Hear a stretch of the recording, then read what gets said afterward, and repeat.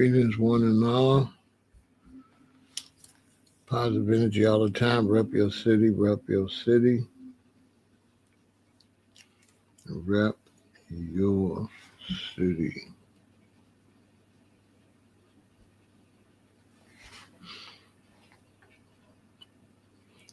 Oh, yeah.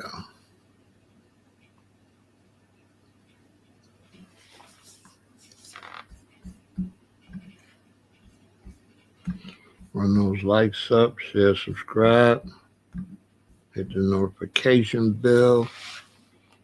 Let's get the night popping. I hope y'all staying warm out there as this weather goes through its Arctic blast.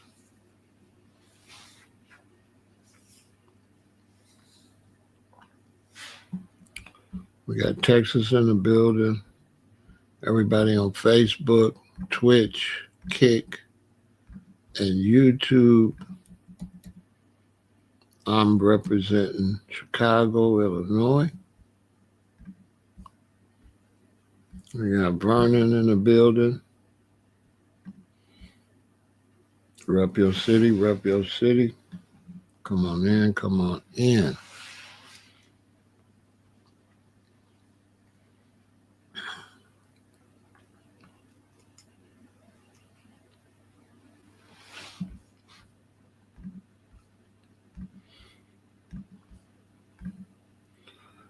They're up there in Minneapolis.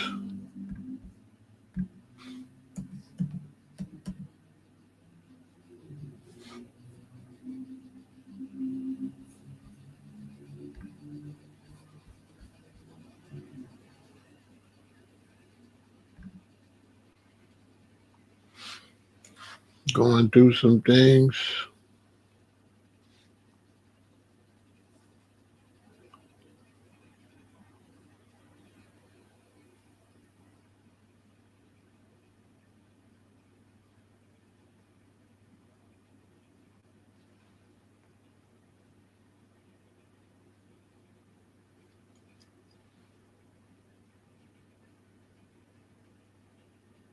All type of scamming.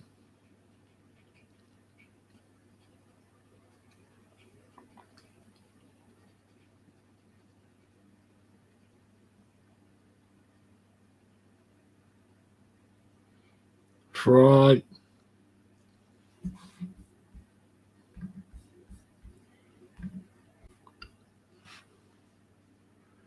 I feel like the governor is responsible and should be investigated thoroughly. I just don't believe billions of dollars could be taken without the governor knowing it. I don't believe it. I don't believe that.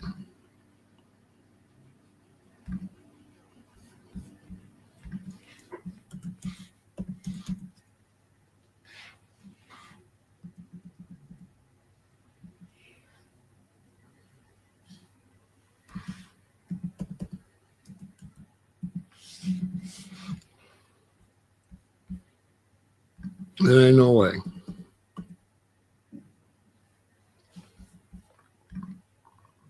I just don't believe it.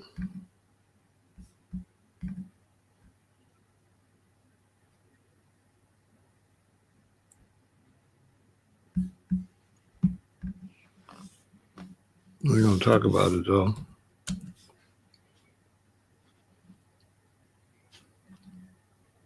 I don't believe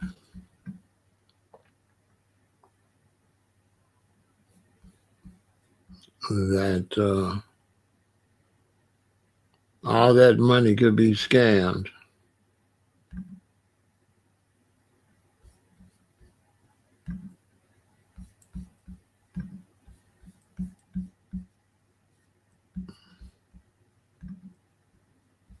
And don't nobody know it.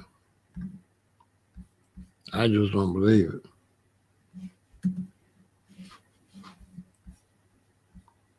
I don't believe it.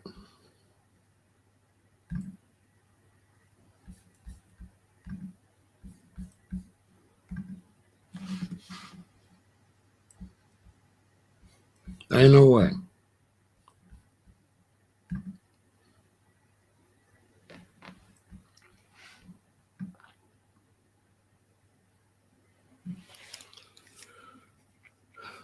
No way. There's no way all that money, billions of dollars, went out of that state.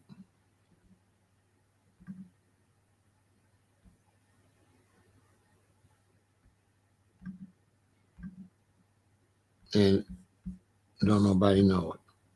Ain't no way. The governor.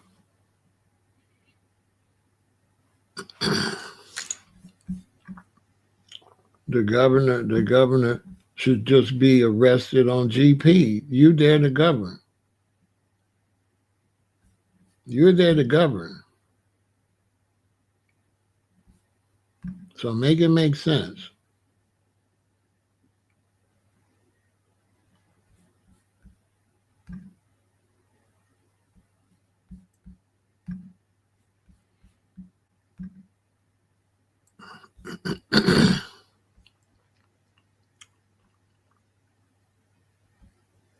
Baltimore's in the building. Yeah, it ain't no way. There's no way. There's no way, White Flame. There's no way that all that money, billions of dollars, go scam places all over the state, all over Minneapolis, fake businesses. There's no way the governor didn't get a kickback. I've never seen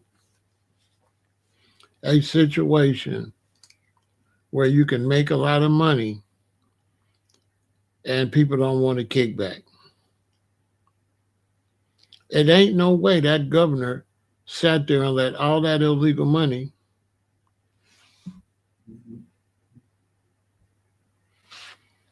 and the governor didn't get a kickback. Yeah, man, it's all over the country. The whole immigration is a scam. The entire immigration is a scam.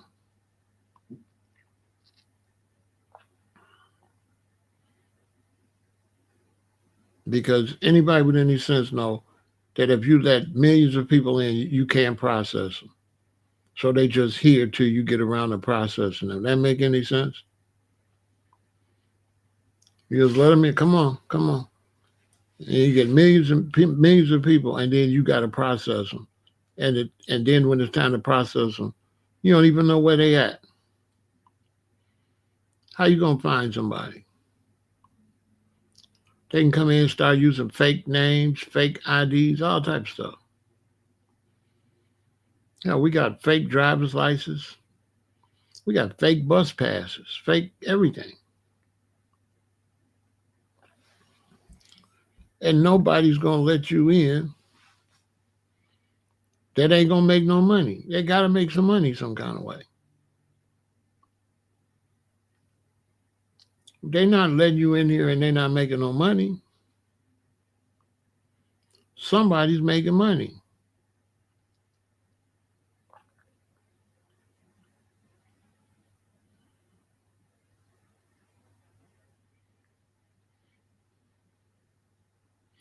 But what I want to talk about is a foundation of Black Americans staying out the way.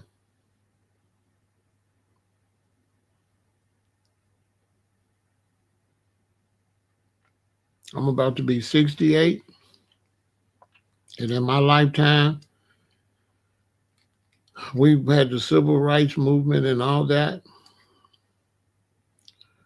When I got in my young 20s, Black people was standing up, talking about Black and brown unity, standing up for the Mexicans. This was in the 80s. When y'all too young, a lot of y'all. And the Reagan and Bush era, where they didn't want to let the Mexicans in through California, through the border. They didn't want them. Black America's like, let them in. Black and brown love. Push Coalition, Jesse Jackson, Rainbow Coalition. That's what the rainbow meant. He's standing up for all these different races with his crooked ass. That's what the Rainbow Coalition was. Sell out black people.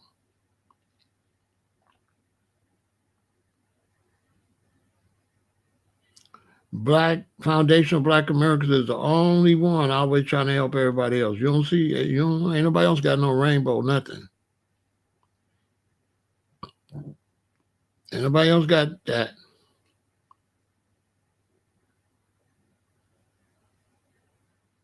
Show me a Hispanic or a white radical group talking, standing up for everybody like this agent is doing. He gonna get out there and throw foundational black Americans in the middle of something that ain't got nothing to do with us and make us a target by going out there with weapons and making threats. If that's not an agent provocateur, what the hell is? Why would he get out there and put a black face on that? And look, you don't see nobody else with guns but the black ones, right? You seen any Hispanics come out with guns and walk down the streets? No. You seen any Somalians come out and walk down the street with guns? No. You seen any whites come out and walk down the streets with guns against ICE? No. Some black ones. And you can tell he's an agent provocateur because they like, you too light skinned. You got to get two dark dudes with you to make it look blacker. I can see it. The two people with him is just to make it look officially black because he ain't really blackety black. He's black, but I'm just saying. It's to cover the fact that he might be anything. We don't even know who this dude is. And he gets out there and throw us in the middle and make us a target by having guns and make the black face the target of violence over immigration for other people.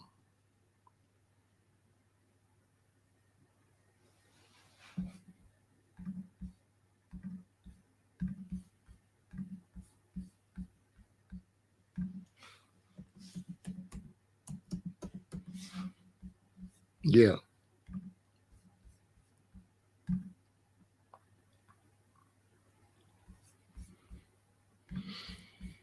And he get out there talking reckless, and then there's a video of him doing the same thing as a blood. He was a blood. Yeah, he was a blood running the same script. He was a rapper, blood. This is the agents. Look at him trying to look like a gang member. But if you look at him, he don't look like no gang member. He don't look like no rapper or no gang. He look like somebody cosplaying. Look at him. He was a rapper, blood. Go look up his video.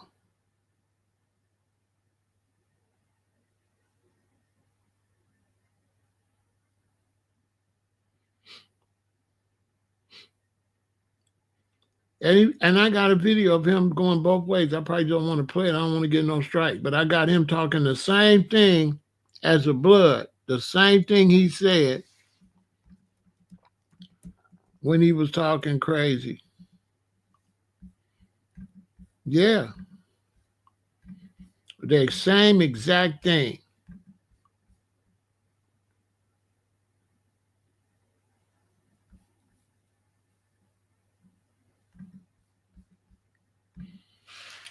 That he was talking with about ICE. I got him saying that same exact thing. Yeah, he was a fake gang member. Doing the same thing. Why he got on blue and red? If he a blood, why he got that blue on? To make sure that he involved the Crips and the Bloods in his nonsense. moving like an agent provocateur. And he was talking that same crazy stuff as a gang member, word for word, putting holes in people and all that, the exact same jargon.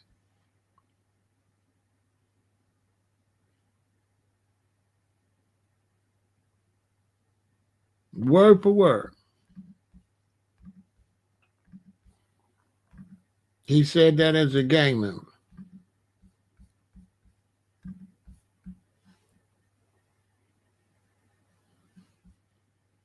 He went from that to this.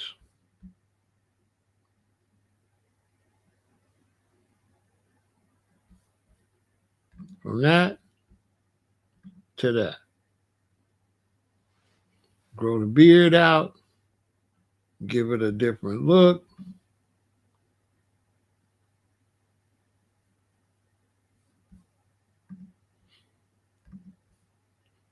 And his goal is to get us out there and get us hurt.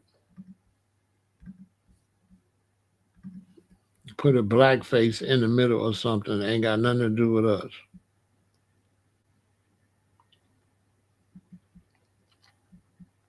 Want us to stand up for Venezuelans and Somalians. You think the Somalis will give 2 pennies about us? Somalians don't care about nobody if you ain't no Muslim anyway. And typically, Africans don't really like foundational Black Americans. Not that I've ever seen. Africans don't like us. They don't come here for us. They come here to scam the system or get whatever they can get out the system, to send it back to Africa, to bleed the country. When they pull that money and send it to Africa, how does that help the American economy? It doesn't. They was talking reckless. He did talk the same thing as the blood. Go look up his rap video. His name Bird Song. Go look up his rap video, Bird Song. I can't play it. I saved it all in case I have to do an expose on him. Named Bird Song, rapper. Got on the news. They had him in the news in that city saying the exact same thing as a gang member. The same thing he said as a Black Panther about the shooting and all of that. The same thing he said. Same thing he said about ICE. He was up there saying that he'll do that to the police. Same script. I'm talking about the exact same statement.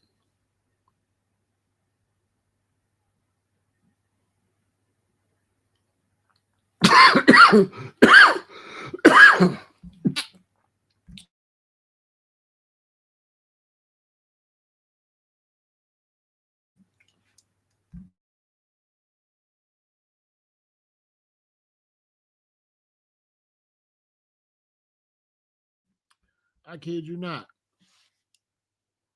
The exact same statement, word for word. Word for word. It'll blow your mind. The exact statement as a fake gang member. And so I wanted to come over here to tell foundational Black Americans, stand down, don't get involved. Don't get involved with that. Don't get involved with any of the ICE protests at all. It's not our fight. Stay out of it. Save our energy for us. Be ready to come out when we need each other. The days of saving other people is over.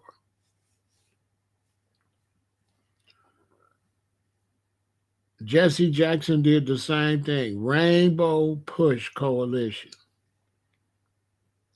Take the focus off of helping your own people. And oh, we always gonna save the world. We are the world. We are the children. That Michael Jackson nonsense. We're gonna save the whole world all the time. When it's us, crickets.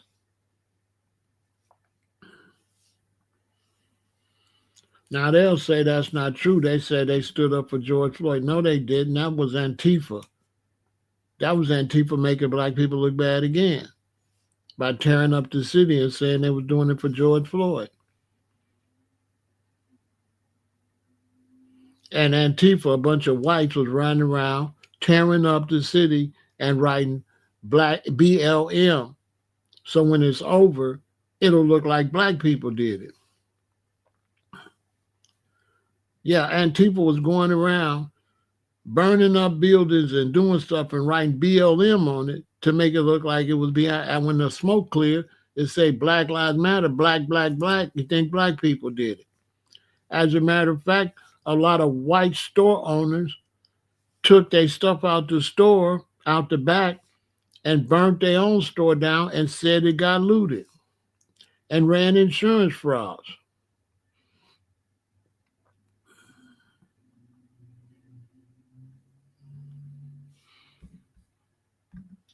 Exactly. They got tons of resources out of the George Floyd protests. Those resources were not channeled to black Americans. You are 100% correct, 1,000,000,000% correct.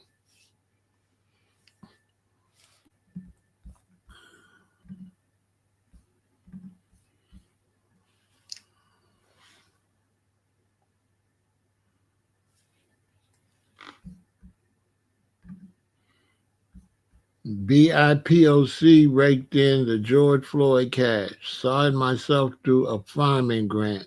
Exactly. They did the same play, the Jesse Jackson play.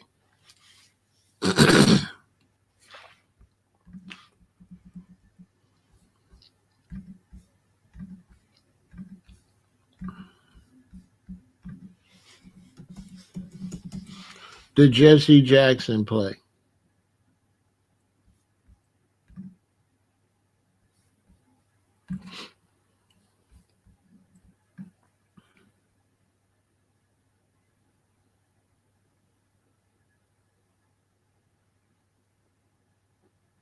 You know, when the election happened, it went over a lot of people's head, but I wasn't voting for the political side. I was voting historically uh, to inspire women. I didn't care nothing about the politics.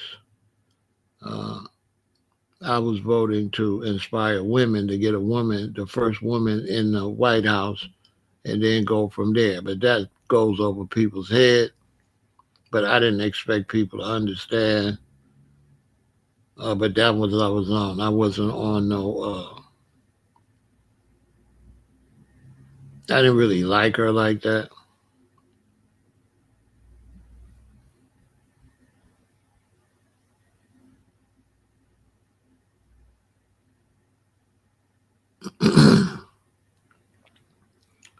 I just wanted to see.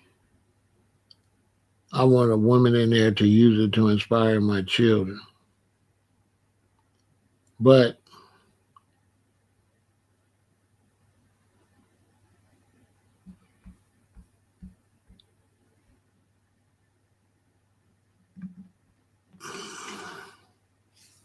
that's neither here nor there.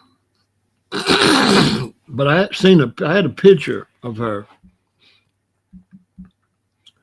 when she was pushing some type of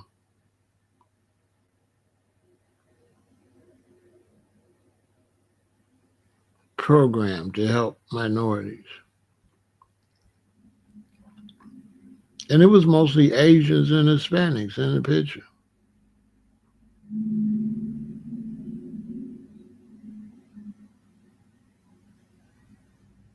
Real talk.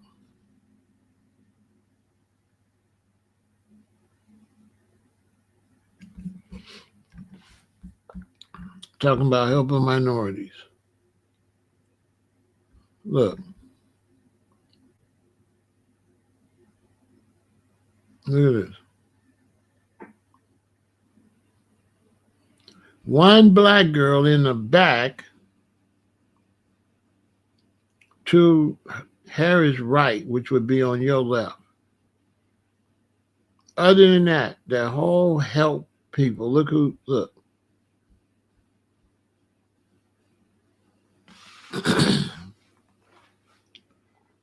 Look.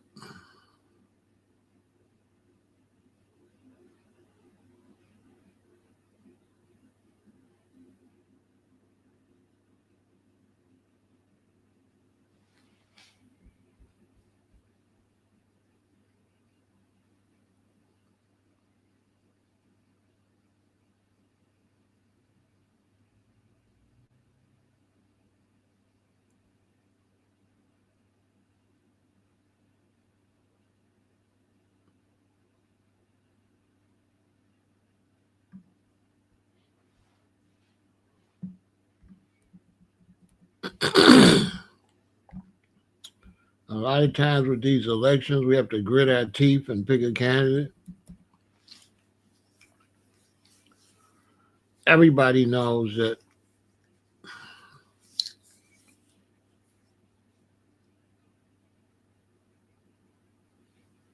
Exactly.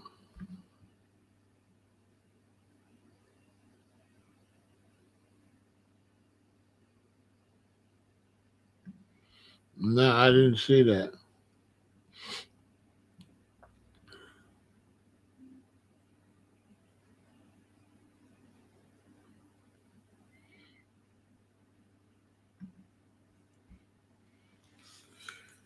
Everybody knows that when the elections come, none of them, they made it look like she was crying. Wow. Everybody knows when elections come, neither candidate is no good. And we just have to try to pick which one we think. What we try to do is we don't even try to pick the best at election time. We try to pick who we think ain't the worst. Like they suck and they suck. Which one sucks the least? Basically. Basically, everybody know that's what we do. All Americans know that. They know at the end we have two people running for president, and we're not responsible for neither one of them. They just end up in front of us, and we got to pick the lesser of the two evils. Everybody knows that. They try to pretend it's not like that, but it's exactly like that. You don't know neither of these people from a can of paint.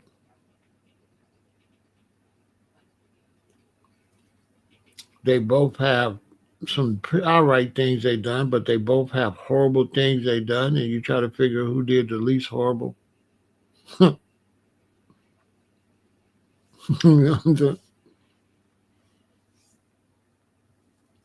have to figure out which one is the least horrible.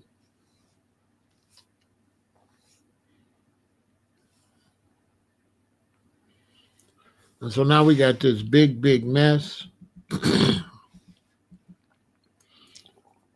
that's going to spread. ICE is all over the place. They're going to ramp up their attacks. They're going to ramp up their movement to get more people out the country.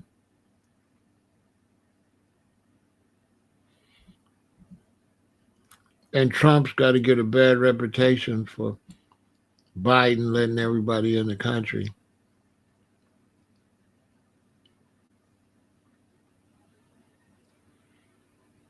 Because Biden was mostly asleep every day and not physically fit to be no president. He didn't even know where he was at half of the time. And the crazy thing about it is they letting these men get so old that now Trump is losing his mind.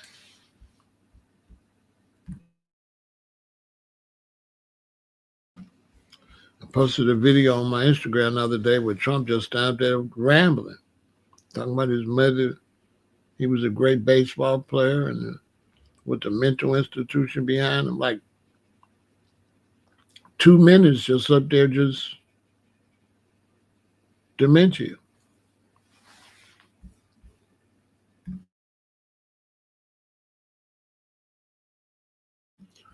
They're hiding his dementia.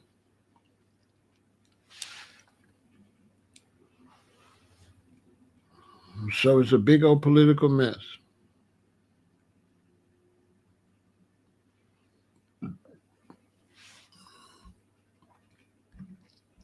Because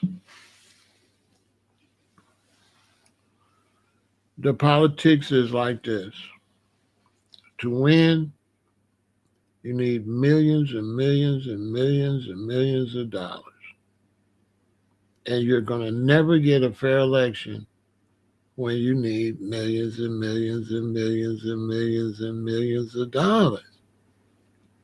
You're never going to get a fair election because you have to go get the millions and millions of dollars from the billionaires. And now you owe them.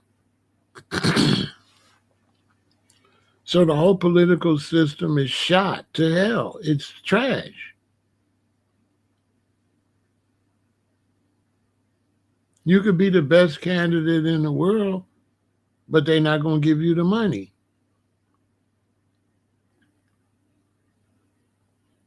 The campaign is set up based on money. You're going to need the money to campaign. You don't got the money.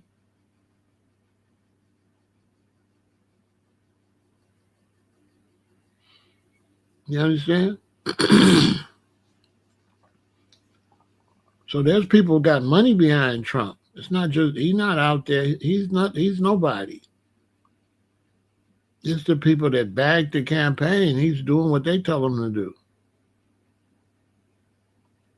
Biden, no matter who runs, Obama, Harris, they have backers.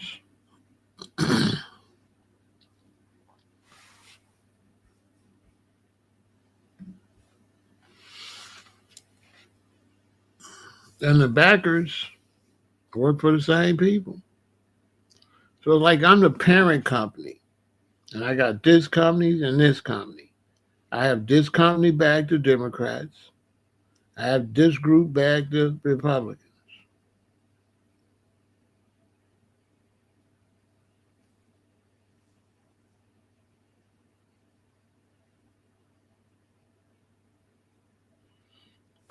Basically. Yeah, they had that idea, but it's an old idea. We tried that in the 70s and the early 80s, and it failed.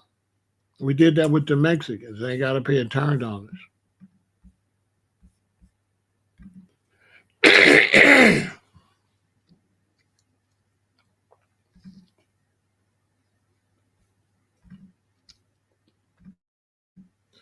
We did that with the Mexicans. And they turned on us. So it's an experiment that failed already. That experiment failed. Back when I was young, back when I was in my 20s, they did that. When I moved to California, that period.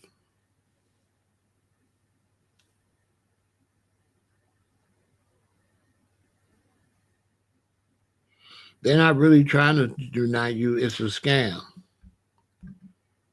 It's a scam. No, it's a scam.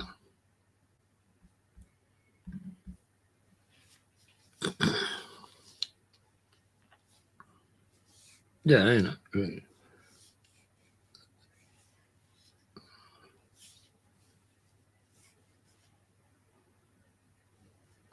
It's a scam. It's the same scam. They run a scam in the 80s. 90, 2000, 2020, 30 years, run the same scam. None of the younger people now know that scam. So all you got to do is wait till run a scam on the public, wait till they age out, wait till you get a new group. They don't know nothing. You run the same scam. If I wasn't on here, I wouldn't know none of this. Ain't nobody on here 70 years old, 68 years old like that. This is our younger people on here. What the hell do they know? They got to go look up history, and when you got to look up history, you can find altered history. They can alter the history when you look it up. That's been altered and placed for you to find it. Ain't got nobody that was here that could tell you. I'm not supposed to be here. I'm supposed to be too old to be on here to know how to work all of this social media and be updated like that. Yeah, they just run it on later generations, yeah.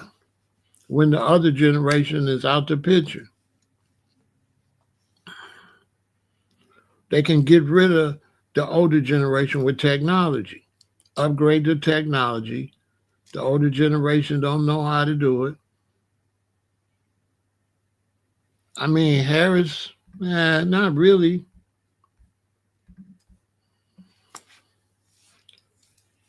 Harris, I mean, if we're going to keep it real, Biden stayed out there, stayed.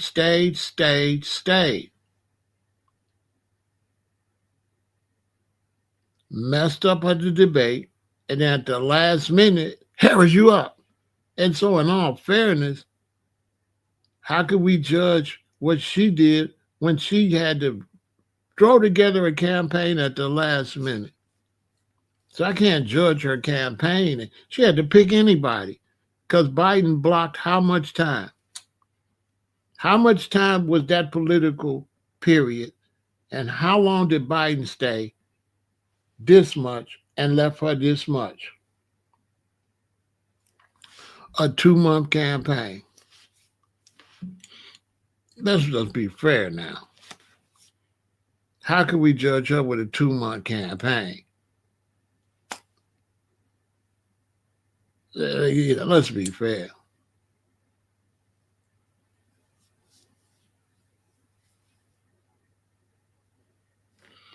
Obama never liked Biden.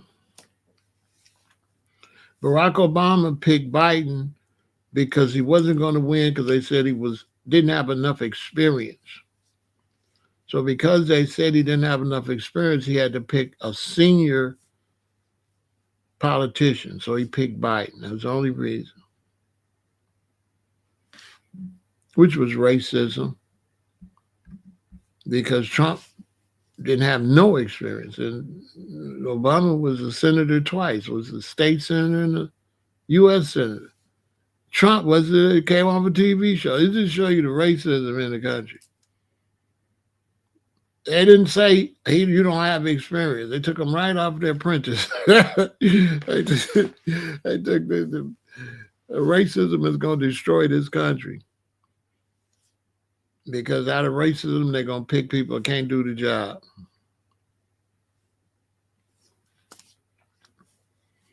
I mean, that didn't do no damage to Obama. He couldn't damage Obama. Obama already had won twice. So he couldn't damage Obama. That was just all theatrics. He was just disrespecting Obama to get the Tea Party to support him, and he turned the Tea Party into MAGA. MAGA's nothing but the Tea Party. That's that was a scam. He scammed white people with that.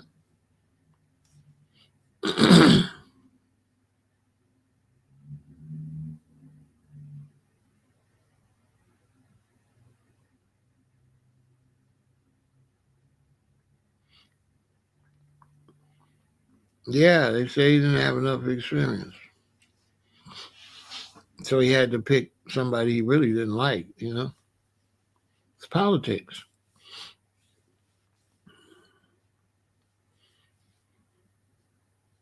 But, politics is no good. When you see really expensive commercials, right there. You gotta pick somebody that's got real expensive commercials. The only reason Obama won is because he used the new technology before anybody knew about it, and he used the internet. That's it. He used the internet. He used young advertisement, Twitter, and that. He used Twitter and he used the internet, and that's how he won. He targeted college students and stuff like that. That's how he won by being hip to the internet, basically. Basically, in a nutshell, that's how he really won. Being hip to the internet, he was able to get lots and lots of donations that the average person wouldn't be able to get. You would have had to have been there. I was there. So yeah, he used the internet. He's the first internet president.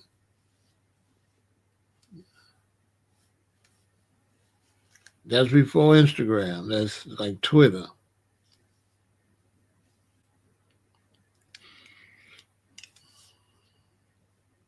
That's when Twitter ran everything. Facebook became second behind Twitter. YouTube wasn't nobody yet. Facebook had fell off. Too many people arguing. And Twitter was hot. Yeah, he had the young vote. College.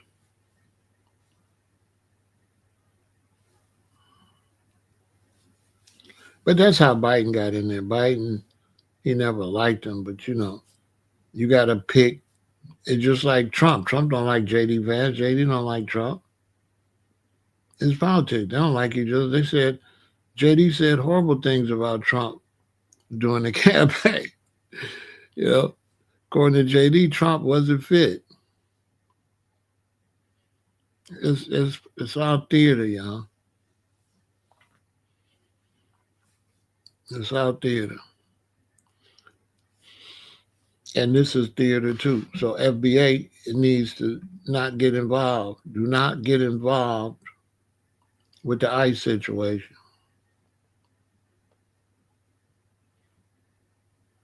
Okay? Do not get involved with that. That's a trick. That's a trick. Don't get involved. Stay out of it.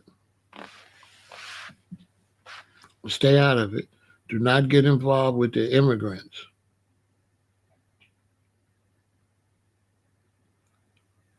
And that's what this was all about. To try to throw us in it some type of way. Okay? To try to some type of way throw us in it and go get an agent provocateur to talk crazy to try to make us a federal target. That's all his job is to make us a federal target because legally we can't be a target. Legally we can't be a target. We're a foundational Black American. You understand? So they're trying to figure out a way to make us a target.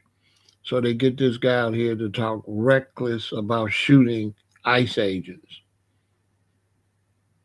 which if he wasn't COINTELPRO, he'd be arrested already for that.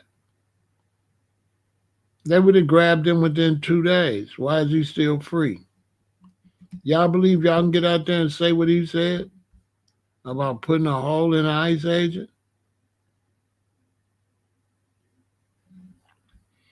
Exactly. Just think about what he said. Hey, none of us would say nothing that crazy. You was an instant target. You threatening the federal agent. They federalized. He get out there with a big old gun, threatening ICE agents.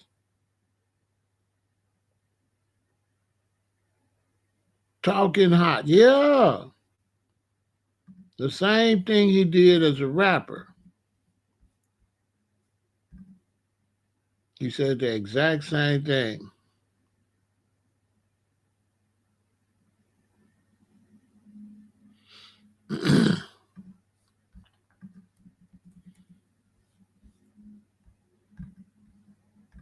Well, bro, they doing all that, but Mother Nature gonna do what she doing.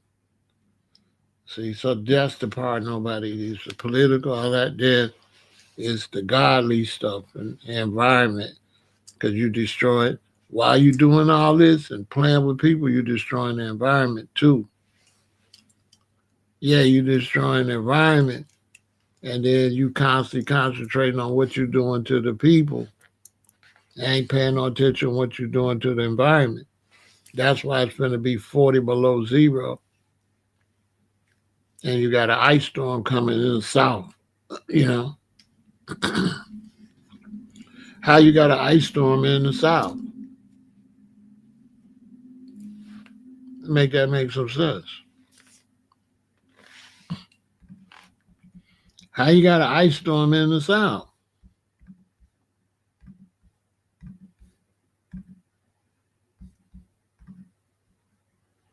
Because they ain't living right. You know what I'm saying?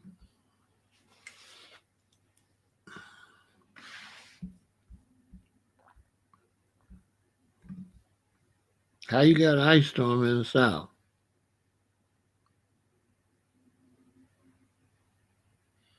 In some cases, they're saying power outages could be for a month.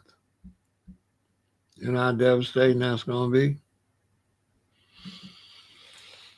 So them, I'm not worried about the Babylon system. I'm not worried about them. I'm not worried about them.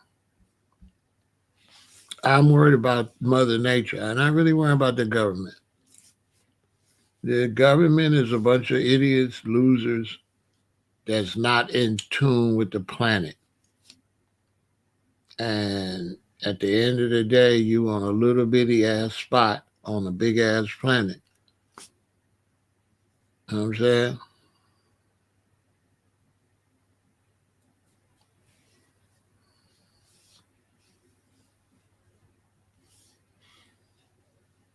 There's a lot of black Americans live down there, but there's still more white people down there because 90% of black Americans is a small number. So even though I know that's 90% of black Americans,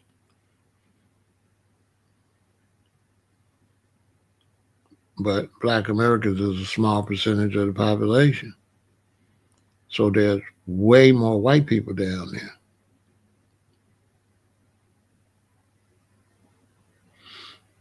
By far. Way more. Way more. The blacks is only in certain cities. The whites over the whole state. What are we? 13% of the population? That means we 13% of the people down there. And 87% of the people down there is what?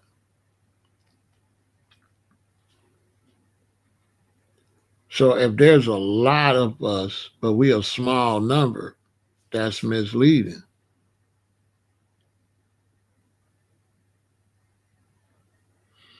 You understand?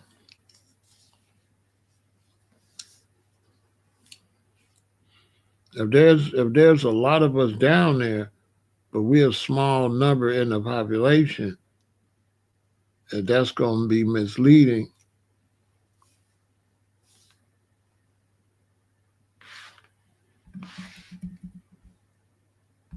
because this red area is all white.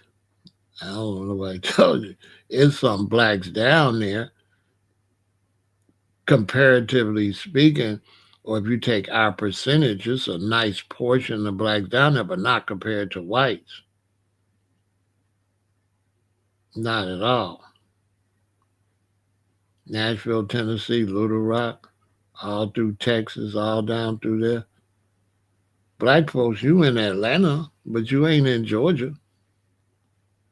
You ain't nobody in Georgia. You only somebody in Atlanta. You somebody, I mean, it moved further south, it's in the refinery nation. Yeah, it's a disaster. Keep us informed, sweetheart. Yeah, it's a disaster. My point is that they're not in tune with nature and their arms too short to box with God, basically.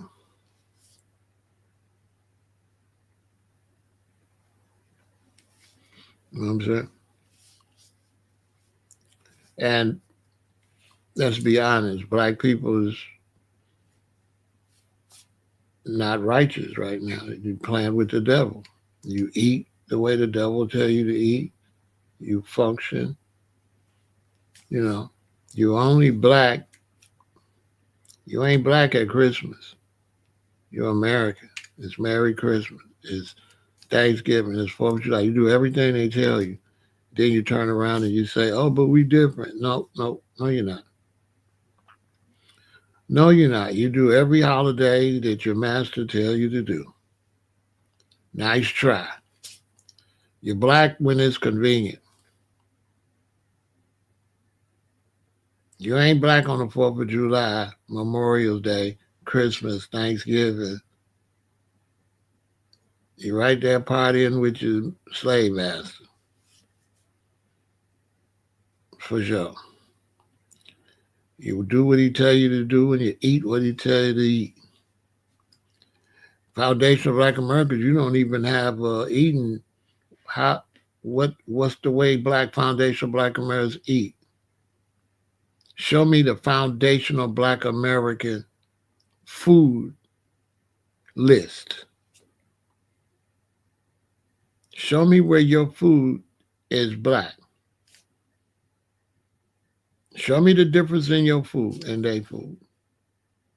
Show me the difference in your where you develop your own holidays. You have it. Foundational Black Americans don't eat no damn soul food. Soul food is in the 70s. Foundational Black Americans eat trash and garbage. And Burger King and McDonald's and White Castle and any other fast food restaurant. I mean, good try.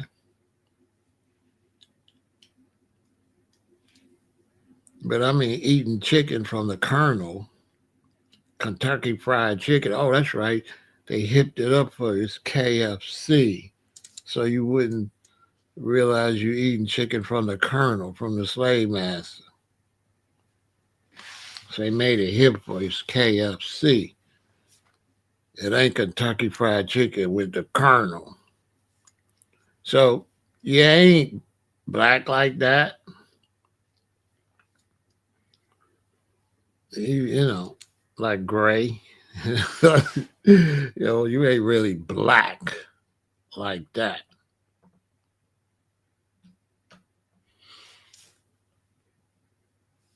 That's another video for another day. You do whatever they tell you to do. You're going to cut your hair the way they tell you to cut it. You're going to dress the way they tell you to dress. You're going to do everything they tell you to do. Some of you, your Jesus ain't even black.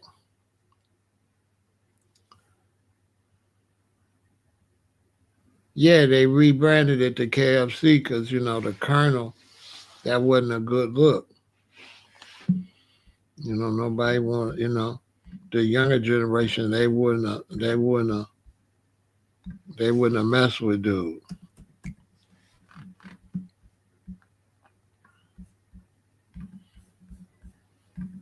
You know what I'm saying? They wouldn't, that's how black we is. They make a lot of money off of us. So We need to stand down. We need to be focusing on things like helping black people that's in this ice storm, helping black people when they be in all these tornadoes and hurricanes and flood. We need to focus on stuff like that. We don't need to really focus on uh, migrants, ICE, all this foolishness the politicians is doing. We need to start focusing on what we could do for ourselves and become more independent. We need to be building and go get some legal money that the Somalis was getting illegally. We should have been getting that money. But you see, the reason that we not getting the money the way we supposed to get, because the black man is a hater and he too difficult. He won't work with the other black man. See, the black man in America, he won't work with his brothers. He'll go and work for a white company and be quiet and be a good boy. But when he get around other blacks, he know everything now.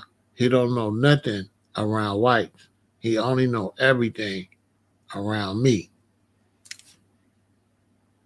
And so the black man, he'll work together with the white companies that comes to hire him. He won't work together with a black person at all. You can build the same business that a white business have. And the black man will go to white business. They say, do this, do that, and he'll do it. He'll come to the black company, do this, do that. Why I gotta do that? Why I gotta do this? Why that? Why this? Why that? Where it is? Even if you had a meeting with black men to formulate a company, it would be a disaster. Because as soon as the black man get around another black man, he immediately becomes competitive. When he goes to whites, he's submissive. He's submissive in the system. He goes to work, he shuts up, and he do what they tell him to do. No back talk. And matter of fact, he come in smiling. Hey, everybody. Hey, Caroline. Hey, come to work. You know what I'm saying?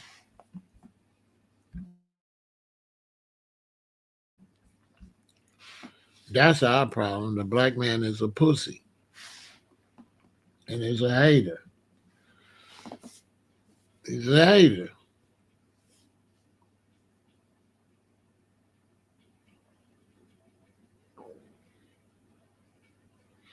That would really be great. I could see Trump doing that. I could see Trump doing that. It'll be good for the country. But Trump ain't gonna be here for probably another 2 months. He's gonna probably pass away. Trump is extremely sick. So whatever we're gonna get is gonna be from whoever finna probably JD Vance. You have to deal with him because Trump is out of here.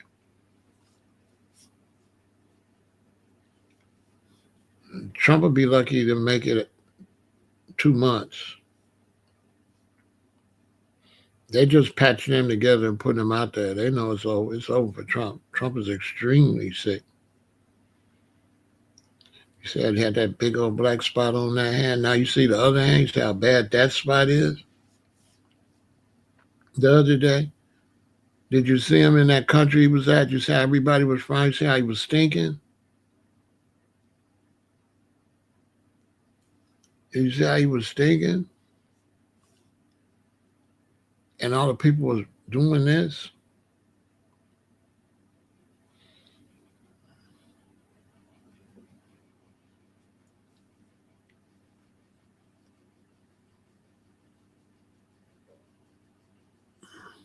Uh, we have to see how that play out.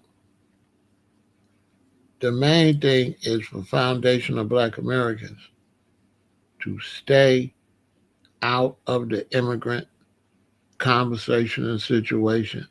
Stay out of it. Stay out of it. Stay out of it. Don't let nobody trick us into becoming targets.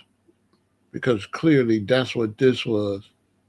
To some type of way, get the guns pointed at us.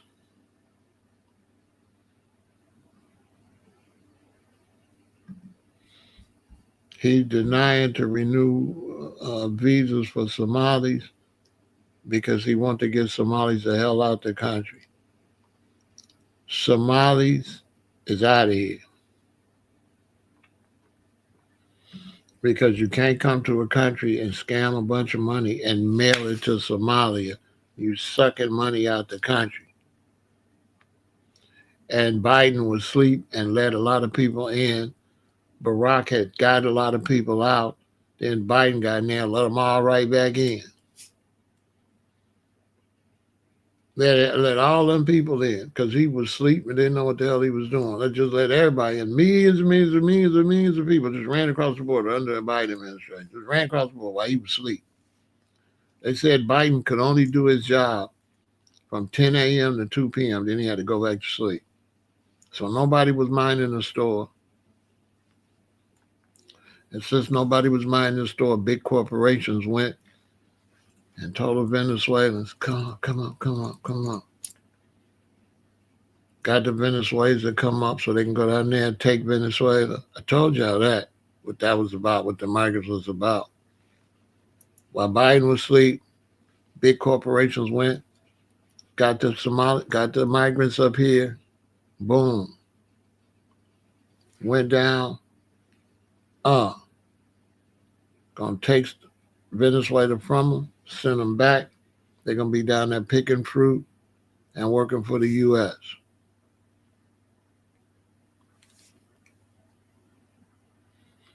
The Somalians in them, they got to get them out of here before they attack Africa.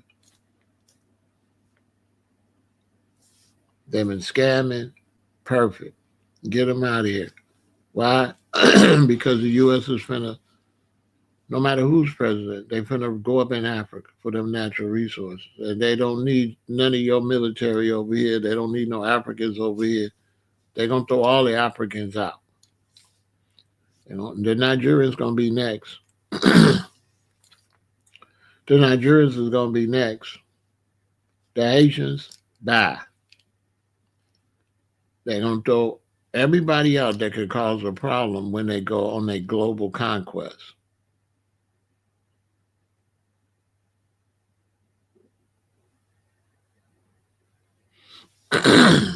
Yeah, he was only working from 10 to 2. He had to go to sleep.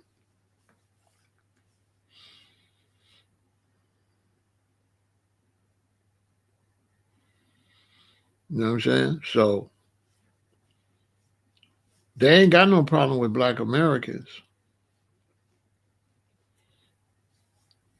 Don't let nobody fool you. They ain't got no problem with black Americans. They just doing tit for tat for black Americans because black Americans was cheering to take down all of them Confederate soldiers and all them statues. So Trump gonna pull all your stuff down. But he ain't really got no real beef with you, but he like, y'all sit up there and pulled all our flags down and all our Confederate statues and thought it was funny. Take all this black shit down.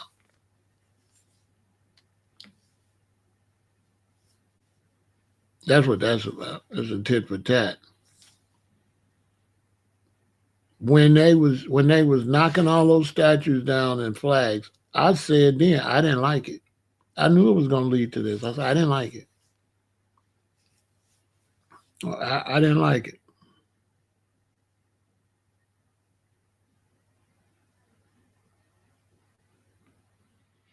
No, ain't no black Americans working with their ass.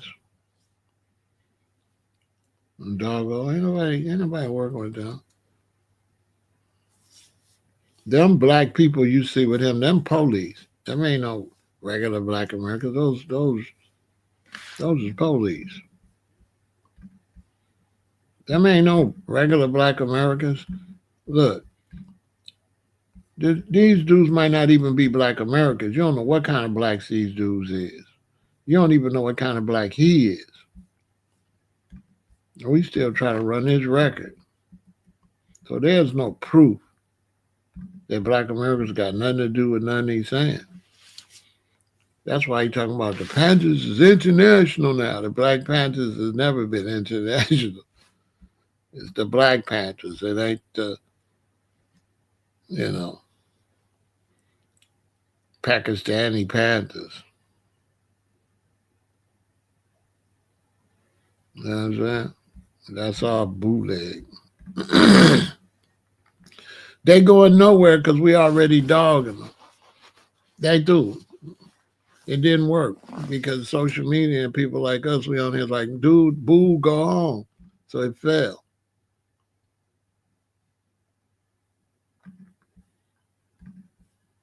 So we like, dude, boo, go home.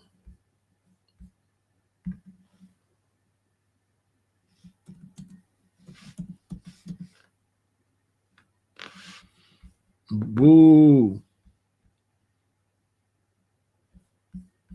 So it failed.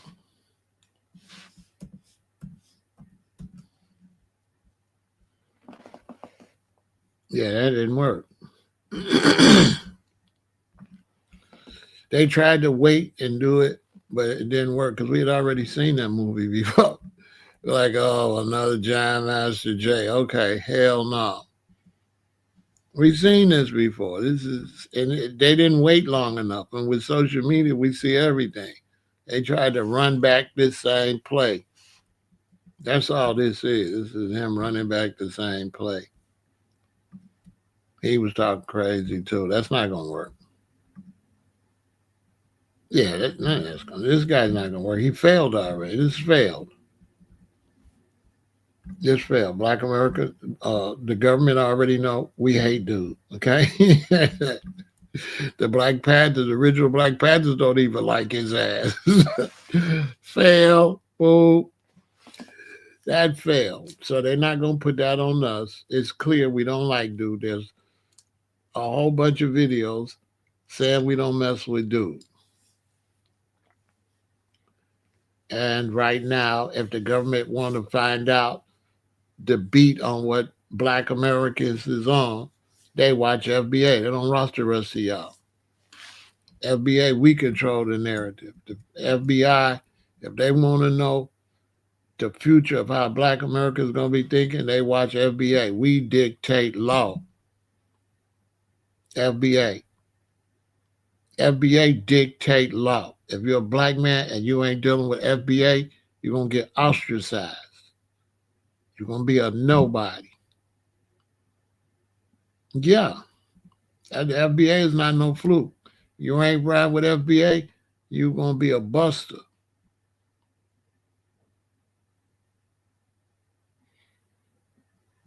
You're going to be a buster. So the FBI, now they're not dumb. The first thing they go to see what we say, because FBA control all of this. By the time you get to 2027 and you black and we don't stamp you, your ass out of here. You ain't going to be able to do nothing.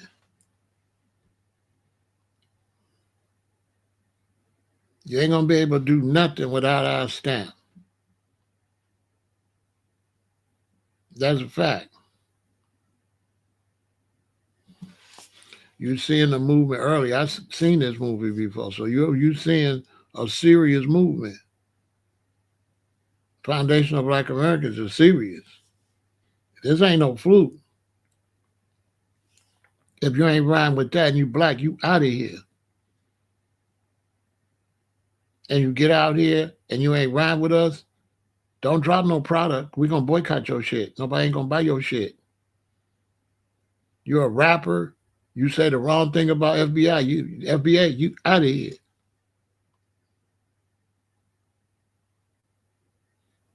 Period. If you ain't identifying as Foundation of Black Americans, your ass is out of here. Done. And so the police ain't gonna listen to that dude. They're gonna listen. The first people they're gonna go to, anytime when somebody come out here like this, they're gonna go see what Tyreek say first. And when Tyreek say, they know the rest of So they know, oh, he's a bozo. Black people ain't listening to that bozo. Pharaoh's, you know what I'm saying? Facts. So we clear early. He didn't even get out good, and we dogged his ass. We've been dogging dude. You know what I'm saying? We've been doing him dirty. Even the original Black Panthers, Chairman Fred said, here's Chicago. Who y'all think we listening to? Y'all think we gonna listen to him or Chairman Fred Hampton? Well, we listening to Chairman Fred. Chairman Fred say, this a no on this dude. No. That's what Chairman Fred said here in Iraq. Chairman Fred said, that's the first person he went to. Chairman Fred, what's up with dude? Dude is a nobody. It's failed. That was failed. That failed. That failed. Yeah, that's all that's failed. The new Black Panther guy. We went and dug his whole, we went through his whole demo. We went through dude's whole demo.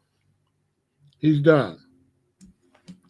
We done found his rap stuff and everything. We found out he's a bootleg rapper. It didn't take us nothing but 48 hours. And 48 hours, Mr. Bird's song was done. He's done, done. He's a nobody. You understand? Because everybody know that the Black Panthers is standing down. We're not pushing no groups like that. All of that stuff is underground. That we not doing none of that on no goddamn internet. It's 2026. We not doing no radical black stuff on the damn internet. We're not doing that. That's why Chairman Fred, you don't see him talking crazy like that. Because you don't do that on no internet. You don't do that on no internet. You get on the internet talking radical black stuff, you saying, hey, come shoot me. That's all you saying. Nobody, we're not doing that no more. We're not doing that. Rest in peace to Fred Hampton and Mark Clark. We already seen how that go. So we're not doing that. When you see somebody out there like that, they don't represent Black Americans. We not doing that.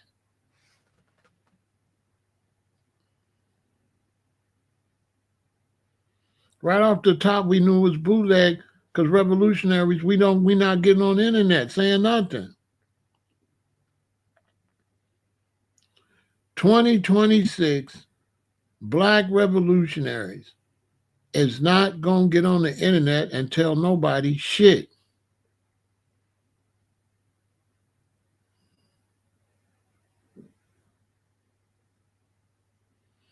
Man, listen.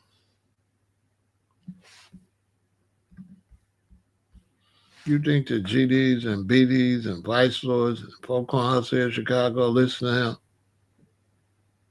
Huh? Look at me. I'm a Black American. You think I listen to him? Ain't nobody gonna listen to dude. Okay? He's a nobody. Nobody's gonna listen to him.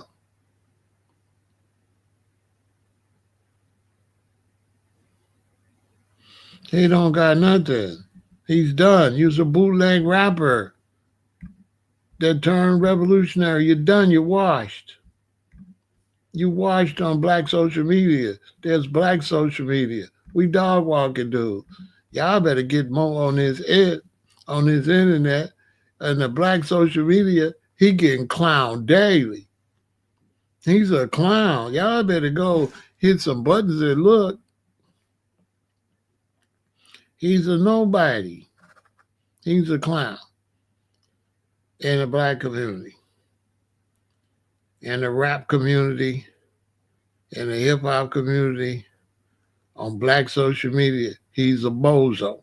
He's nobody. His career is over. His career ended before it started. He's done. He's nobody. Y'all better listen to me. I know what I'm talking about. He's nobody. He's a clown. They dug up his whole profile in 1 week. in 1 week, in 1 week, they found his rap videos and his whole lifestyle. They gonna have pictures of his mama and shit in another 2-3 days. He is done. Just click his name, click Birdsong. That's all you gotta do. Go when I get through, go here, click Birdsong. You'll see, like, oh, Pharaoh ain't lying. Man, he get dog walk. Man, he get dog walk. Well, let me tell you something. A bootleg rapper, y'all think people gonna mess with him? He a bootleg rapper, and you see him as a rapper, and then he's saying the same thing he says to Black Panther. All that stuff he said that as a rapper too, to the police. The same skit. Y'all know Black Americans ain't messing with no failed rapper. That's the Black Panther. Come on, man. Y'all be around black people? Because I be around real black people. This is what black women would say about him. He doing too much. that's what the word is. Oh, him and good from the sisters. As far as the black women, y'all be around black women anymore? Because I do. Black women, if they see this and that, they gonna say he doing too much. That's what they gonna say, like he doing. They gonna say like he doing too much. My mom and them would have said he all over the place. That's what they would have said. But the young queens now, he is the picture of doing too much. Nobody finna pay this dude no attention. If you hang out with dudes, you're gonna be a buster. In the black community, if you hang out with dudes, you're gonna be a buster.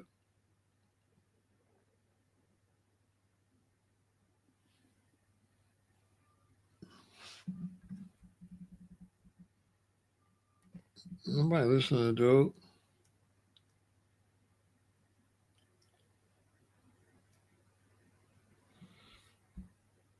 If he come to Chicago with that shit and don't get careful, he gonna get robbed. They gonna take them guns. Yeah. Yeah, if he come to Chicago and he slip, they're gonna take them. Yeah. Since he wanna be so black. Come around some real black folks with that stuff. He must have forgot. He come here with them, all they gonna see is a lick. They gonna be in the car arguing. I want that big one, the light skinned nigga got. Oh, they gonna be like, y'all can have the other two, but I'm getting that one. Mm-hmm. They laugh at him in this shit. He from some little city, ain't he? Where he from?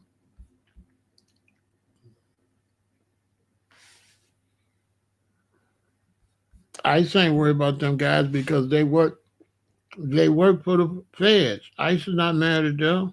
They work for ICE. They work for ICE. Their job is try to help ICE target us.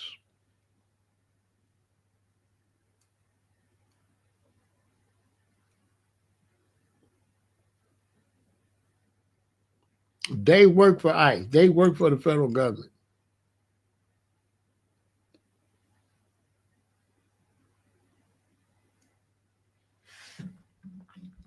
They work for the federal government.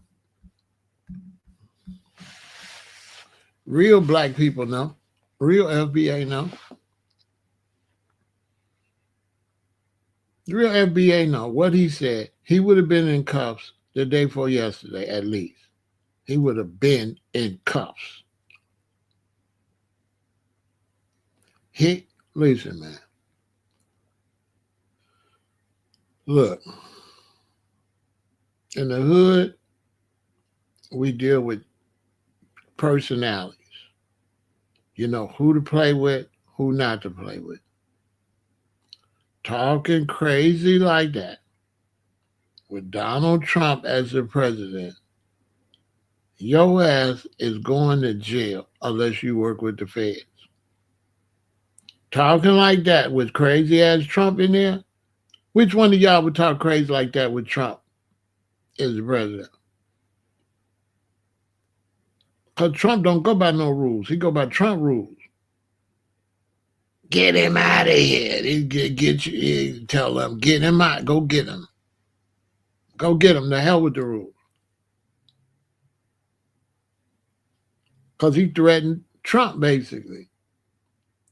Trump, the one got ICE out there, right? He's saying the hell with ICE. That's how you know he a fed.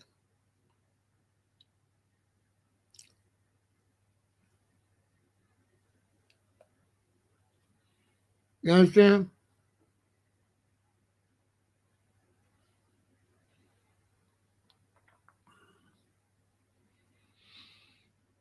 I'm trying to tell him, Gosha, stuff that you do that could get you in trouble in America like that, what he said. Triple that under Trump. Everybody I know turned down a lot under Trump. We all know that. Hey, I ain't finna talk crazy with dudes in there. You know what I'm saying? That's a fact. I'm telling you, word on the street. Everybody like, nah, we don't talk crazy dude in there. Don't you y'all think you can talk crazy with Trump as the president? He going. You're supposed to know who to play with, who not to play with. Trump going. Ask Venezuela. He going. He going. He pushing go. He hired everybody gonna do whatever he tell them. They gonna do it. He made sure he put the people in power. They're gonna do whatever he tell them to do. Total dictatorship. And you're gonna get out there talking crazy. Trump put ICE out there. Not only that, these Somalians and stuff that robbed America out of billions of dollars, and they sending ICE in there to get them in the Venezuela, and then you gonna go and defend the Somalians that robbed the country? Bruh, he got to be a Fed. And he don't make no sense. Who you defending? The Somalians got to go. They say, Pharaoh, you're going to stereotype the Somalians? No, the Somalians stereotype Somalians. When you go and you Somalis, you do scam the whole state like that, then your people going to be scammers. They finna grab every Somalian in this country, every little neighborhood that's Somalians is finna get their doors kicked in. Any Somalian neighborhood, they done. They might as well leave on their own. They done.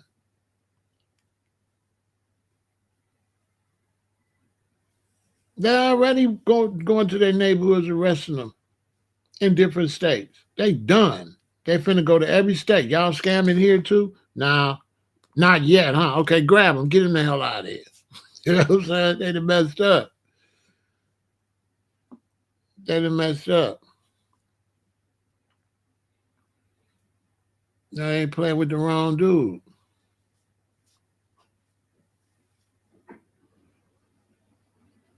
They already started. Yeah, they already everywhere they at. They done messed up. Somalia's reputation is done. You in Somalia, you'll never get in the United States. No Somalians. That's how they function.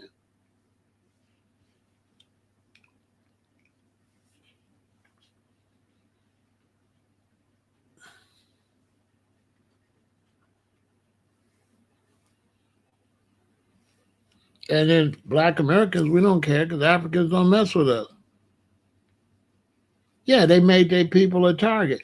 They made their people so much a target that all the East Africans is scared. They didn't just make Somalis, they made East Africans is a target now. The Ethiopians shaking in their boots. Sudanese, Eritreans, they all nervous. For real. The Ethiopians is super worried right now. You can't blame them. That's a lot of damn money. And it wasn't just the money. They was just straight out blatant sloppy. They just was straight disrespectful. You got a restaurant that hold 38 people and you say you selling 6,000 meals a day, 7 days a week, you serving 6,000 meals out that little restaurant. You got daycares and stuff with vans and the vans never move. The vans just sitting there. We done took all that money, bought all them vans, parked them in front of daycares and different businesses, and the cars and the vans just sitting there. No kids ever come in or go out. Come on, man, it get to a point where you scamming in a way where you just straight disrespectful. Man, they had a daycare, never no kids in and out, and a bunch of vans just parked. Snow was everywhere. They didn't shovel the snow, nothing. The vans were just sitting in the snow. The people is like, these vans ain't moving. We don't see no children. And you taking millions and millions of dollars for nursing homes and daycares, and it's all a scam. And then you riding around in Bentleys, Benzes, Lamborghinis, and you just got here from Somalia. They got the one dude, they found out his address is some scam. He's some politician. They want to get him the hell out of there in some other state. He a Somalian politician. He using a fake address at some warehouse somewhere. Ain't even his real address.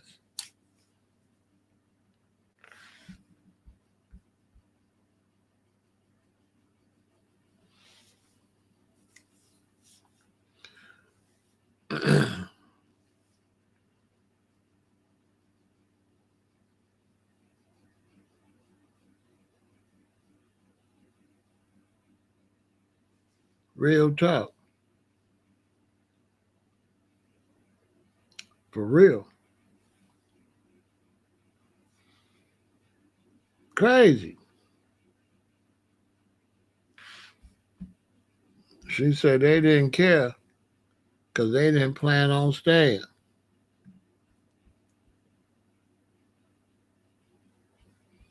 Isn't that what the other side does? The wrong question. Hell no, they don't do that. Anthony, you know these white folks ain't gonna take no money, buy no vans. They just gonna sit there. They gonna make them vans move. They gonna the difference between whites. Let me tell you.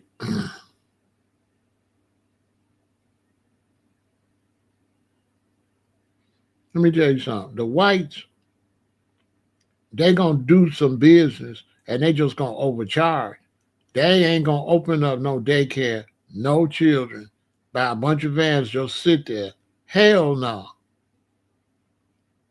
Americans don't scam like that. Americans make it look good. Anthony, you know that, Anthony. If you would scam and you would scam like that,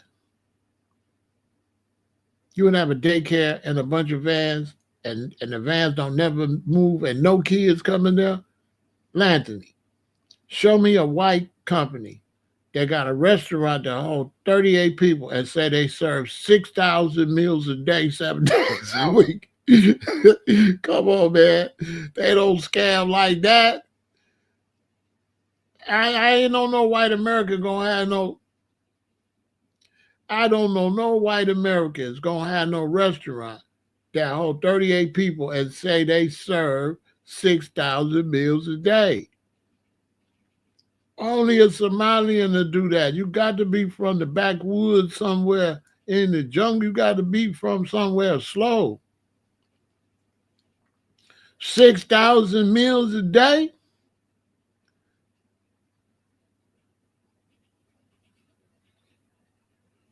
That's why this dude need to go to prison. I was just arguing with somebody. Ain't no way that governor didn't get none of that money. He the governor.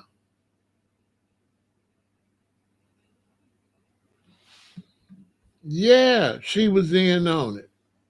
That's why she was married to this dude, then the other white dude. Yeah, she going to prison. They slow, bro. They slow. They slow. They don't know. They not going back to Somalia. They going to prison first. They ain't gonna get just deported. They going to prison. Everything they going to prison. Then when they get out of prison, they going to Somalia. They going to prison.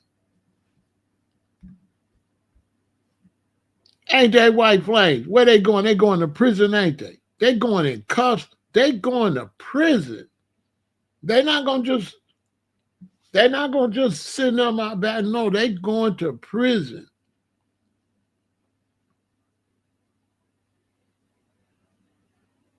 Now, just think about that. You're a Somalian.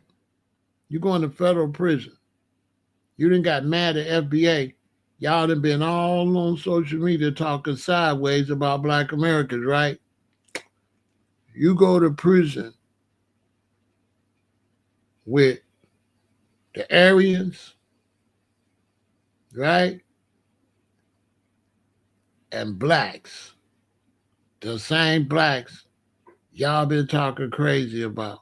So let's say it's Big Pharaoh. I was out here a little bogus. I'm doing fair time right now, right? They bring you in, Somali Sam, you come in. We're going to push up on you immediately because you black. Where you from? Or you's African. You from Somalia? Why y'all be on the internet? you know what I'm saying? He going to be a y'all lady. You know, people is crazy with that. They just all everybody to say, why y'all be all on the internet talking sideways about Black America? No, I don't know. Yes, you do. You know what I'm saying? He gonna have a long trip up in the Fed joint. They're not gonna be good in prison. If you black and you watching me and you an immigrant, tell your people don't talk crazy about Black Americans while you in America. I can't go to Nigeria and talk crazy about Nigerians and then get in trouble in Nigeria and get locked up with a bunch of Nigerians. I don't know what's wrong with some of these black people. They slow. These black foreigners, they come to America, they think it's sweet, I think. I don't know what's wrong with them.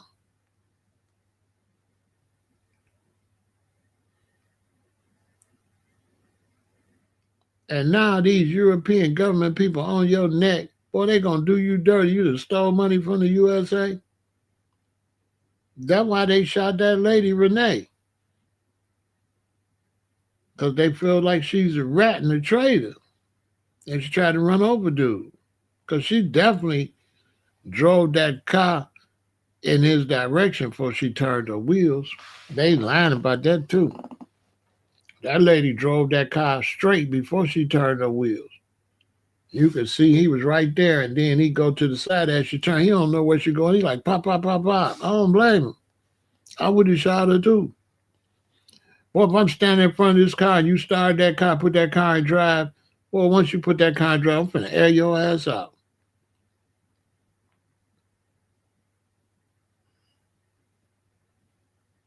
Heck yeah, it's a fair case. They fried down and laid to the side. And guess what? White flag. You know what's gonna happen, right?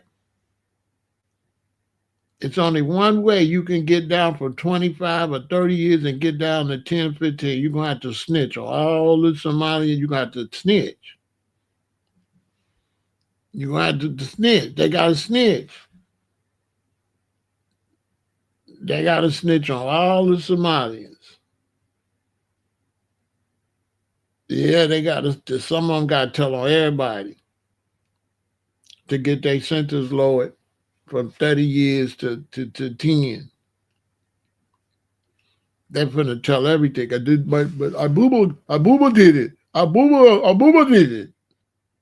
Yeah, he said we can get the cars and we can get the trucks and we don't have to pay nobody.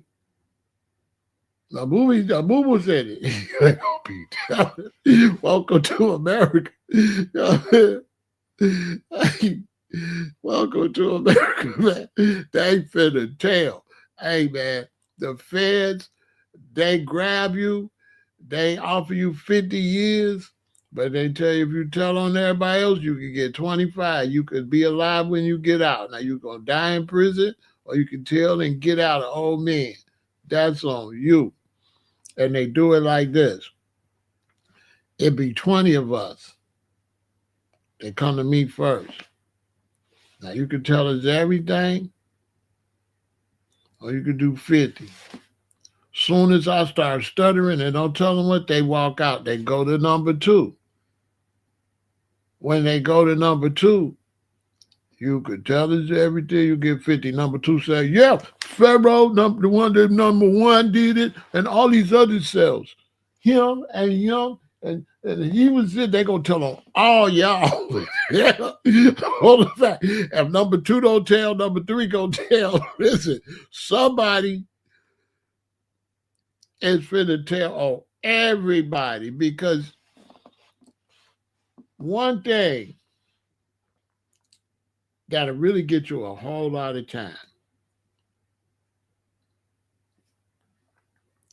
It's one thing to do crime, but if you really just stupid and sloppy and you be over whooping and you just scam like billions of dollars the dumb way, man, listen.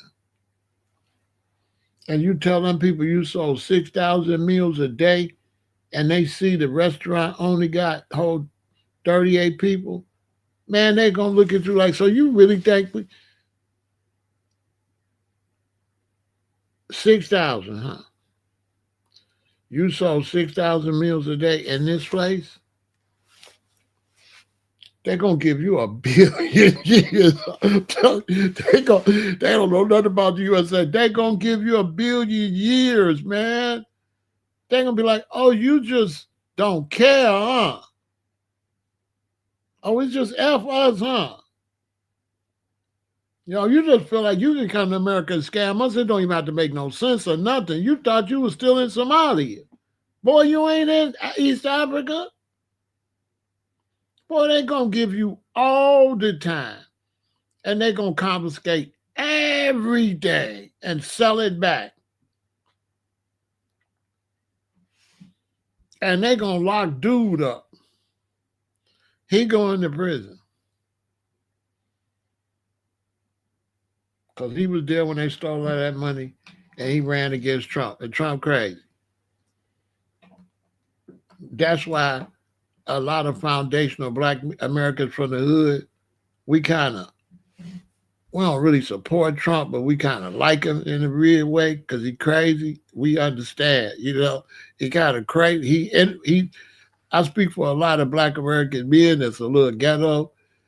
Trump is kind of entertaining to us. You know what I'm saying? I hate to tell y'all, it's the truth. Like Trump, he's a little entertaining to me. I mean, he don't dummy. Like, it's sick, but we kind of amazed how crazy he is. For real. I ain't lying. A lot of foundational Black Americans like me that's kind of like hood and shit, we kind of like dude because he crazy. He's standing on business, standing on wherever he's standing on. He's standing on that. Now, he ain't standing on what I'm standing on, but we respect the man. He's standing on what he's standing on. He's going all crazy. He crazy for real. We don't play with dudes like that. I'll speak for the streets. We don't play with dudes like that. That's the whole streets are tear right now. No. To be Trump, no Trump. You know what I'm saying? Ain't nobody finna say shit bad about Trump. I'm telling you. Any street dude on this social media is not gonna say nothing bad about Trump. We live in the world. We deal with reality. We don't deal with make-believe. We street dudes. Dude gonna slam you through the floor. Play with him. Nobody finna play with dude. You see what he on? You ain't seen me make no bad videos about Trump. I'm not finna do that. I might as well just go outside with a bullhorn and say, I want to go to prison. I want to get my dope kicked in. I want false charges and all type of stuff. Dude to dig up some bullshit on you and slam you through the floor. Or you'll go to prison forever playing with dude. And you might not come out alive playing with him. Why ain't nobody playing with him? Them Somalis, I feel sorry for them because they did it under Joe Biden, right? They did it under one president. How bad could it be? You did this under one president and then got caught by the worst one you want to get caught by. You know what I'm saying? Because they didn't do that under his administration. Bad, I'm bad, oh bad. When they get back home, they're going to be hated. Because of you, we couldn't go to America. Right? Because Trump like, no Somalians, no Ethiopians, none of them. You know, he's crazy. You see Trump list of countries he bad. He bad. Anybody. There could be one Trinidadian mess up. He gonna be like, no Trinidadians in this country. He crazy. He crazy as hell. For real.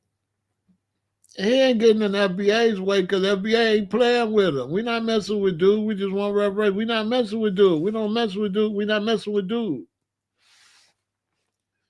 We not messing with dude. Everybody mess with dude gonna wish they wouldn't. Don Lemon was messing with him. Don Lemon got a Fed case. You know what I'm saying? I don't know what Don was thinking. You know what I'm saying? Don, they try to prosecute Don Lemon right now. I'm like, bruh. I don't know what Don was thinking. He should have talked about anything other than dude. Don Lemon on some FAFO. You know what I mean?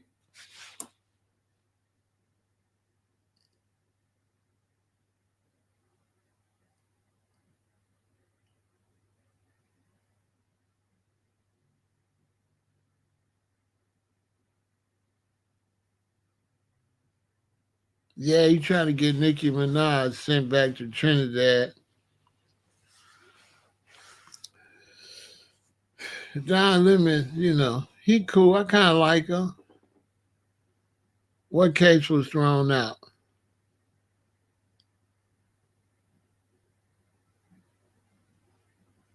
Which case was thrown out, Arnell? They said somebody was going through TSA with hundreds of thousands in suitcases to get to Dubai and then wire it. Wow.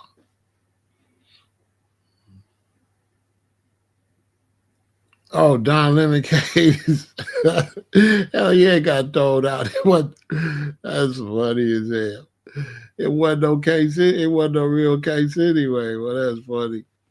I like Don Lemon though. You know what I'm saying? Don Lemon not down the front line doing this thing. He didn't let CNN ruin his life. He went on social media. You know what I mean? I like dude though. He gay and everything, but he you know, Don Lemon is a soldier though. He one of them hard-headed gays. He the reason they got gay rights. People like, yeah, he gone. He crashing out too. You know, like the same way I like Trump crashing out, I like Don Lemon be crashing out. You know what I'm saying? Don Lemon, I'm following him on Instagram. He crashing all the way out. It's entertaining. He going hard, but he doing some good. He doing some good news coverage though. He came to Chicago. He was outside. He doing some good news coverage. I like Don Lemon. I ain't gonna lie. That's my man. I mess with him. It was a bogus case.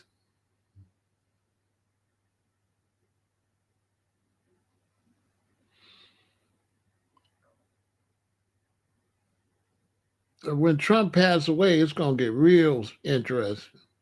Cause like I say, Trump is finna be gone.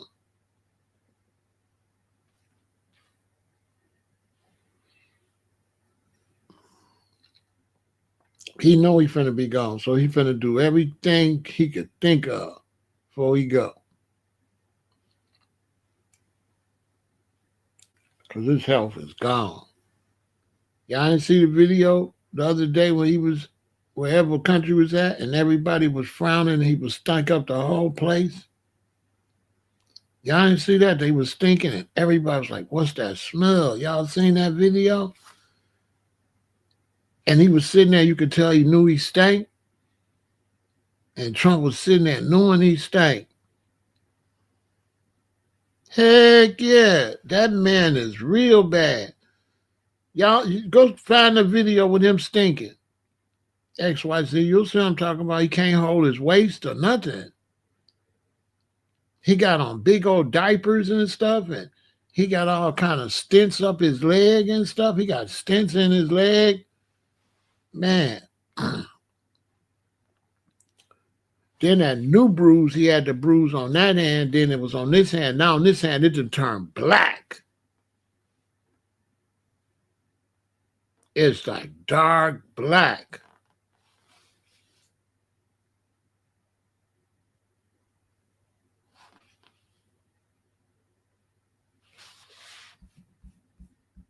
Let me see. I hope my internet don't mess up.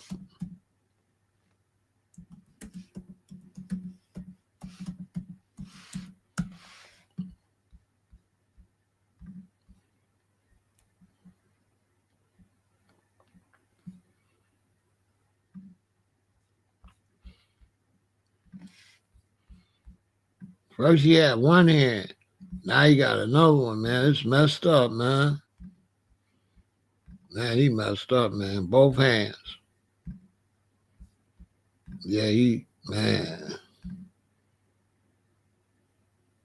They just barely keeping him alive, man.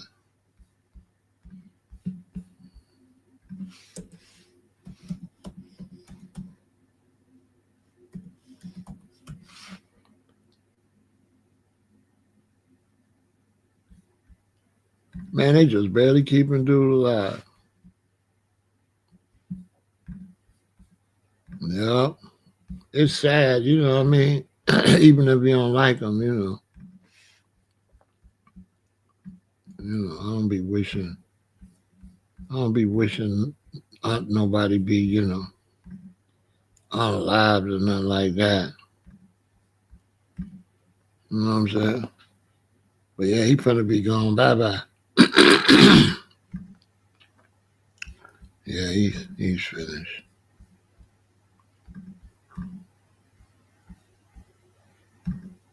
Yeah, he's at the end of his road. Like I said the other day, we was up there talking about his childhood. That's that serious dementia. The dementia then got like extremely bad. You know what I'm saying?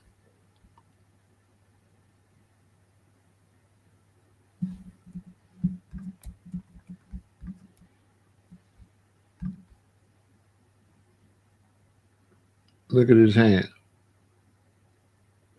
Look at his fingers.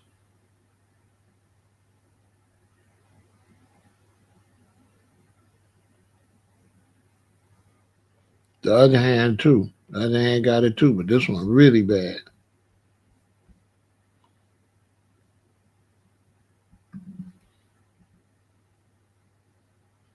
The other hand got it too. First he had the other hand. The other hand got real dark. Then that hand had a little spot, but the other day it was like this. The newsman like, damn.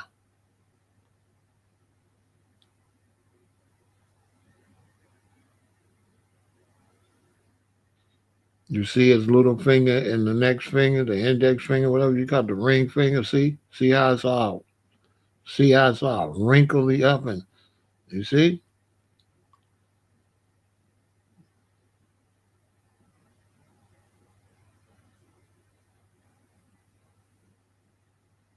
No, they didn't do nothing to him. They say every day. The doctors keep telling him every day he eat a Big Mac, a quarter pounder with cheese, and a fish fillet every day, and a shake every day. And he said they keep telling him stop, but he's the president. I do what I want to do. They say every day he eat a Big Mac, a quarter pounder with cheese, and a fillet every day, and a shake every day. And his doctors and everybody tell him stop, but he the president. And he's got dementia. He's got dementia.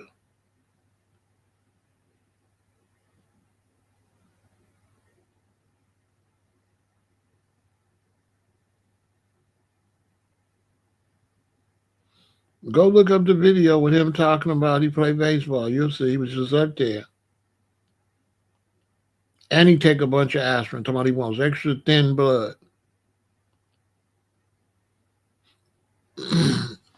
Go look up the video where he say he played baseball, and you can see him. He just standing up there. He just standing up there rambling. Remember when Al Capone passed away? He was the same way. Because he might got STDs and stuff too. That make you crazy too. That's what made Al Capone crazy. Al Capone was crazy when he got out. By the time he got out of prison, he was crazy.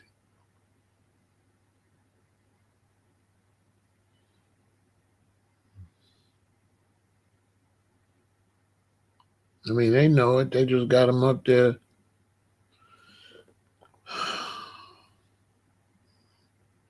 You know what I'm saying? My opinion on Greenland and the European Union. Greenland, Trump's 100% correct. He wants to take Greenland. He wants to get them natural resources out there. And Greenland, America would need Greenland. It would be a good move for self-defense. He's 100% correct. Greenland would be a good move from self-defense because Russia right there, right next door to Alaska. Russia close. Russia too close. And he said that's how they'll attack us. Russia will attack the US from that way. From up there near Greenland. Facts. A lot of people don't know that Russia, you can see Russia right there. It's like real close. Go look at the map.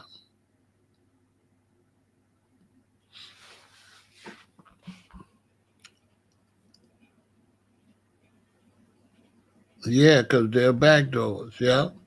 Hey, this is what I've been saying. Mike, I've been saying that. Ain't no way, bro. Ain't no way no governor didn't know all that money is missing. Is it, Mike? Ain't no way. It's no way, man. Carmichael. Ain't no way. Billions of dollars left out that state with somebody not signing that money to come from the government. And it ain't no way. And it ain't no way he don't know. And that's impossible.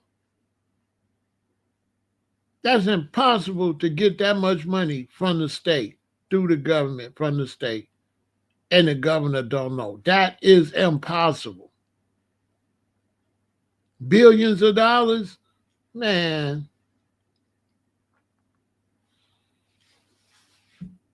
Because this guy's a snake. I was telling somebody that. How you could tell a snake is when they laugh. You see his laugh? Now look at his smile and look how he laughed. Now look at his eyes and how he's looking sideways in his eyes. The eyes don't match the smile. The smile is a facade. But look at his eyes. He not smiling inside. He not smiling inside. Look. He's smiling, but he looking to his right. Like he looking to his right. He's smiling and he doing this. He's smiling, but his eyes is like this. He looking this way. Look at his eyes. One of them kind of dudes that smile, but be looking at you to see if you're going along with the smile. This is the type of guy take you in the back room and put two in the back of your head. Or smile you right into a chair and unalive you. A gangster. That's what he trying to look like, Nate. Note it. He trying to look like, oh, I'm just a goofy. That's what he trying to do. You can tell by the eyes. Look at that. He trying to act like he a goofy. That's a dangerous man right there. That's a dangerous man. That man is not smiley in real life. That man ain't like that in real life. That's all fake. That man mean as hell.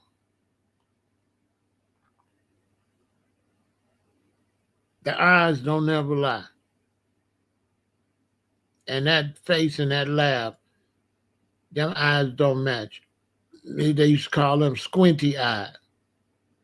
That's what they call them. Look at his eyes. Do his eyes match the smile? No. It's like somebody else is in there looking. Like, do you believe me? Do you believe I'm really, like, you know what I'm saying? They used to call him beady eyed. Look, why you can't see his eyeballs?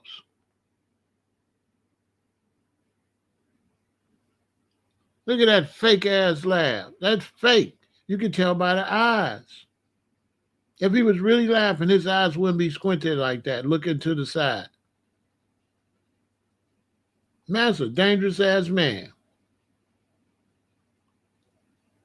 He'll lull you to sleep with all that smiling and shit and put two in the back of your head. You'll never see it coming. I don't trust him.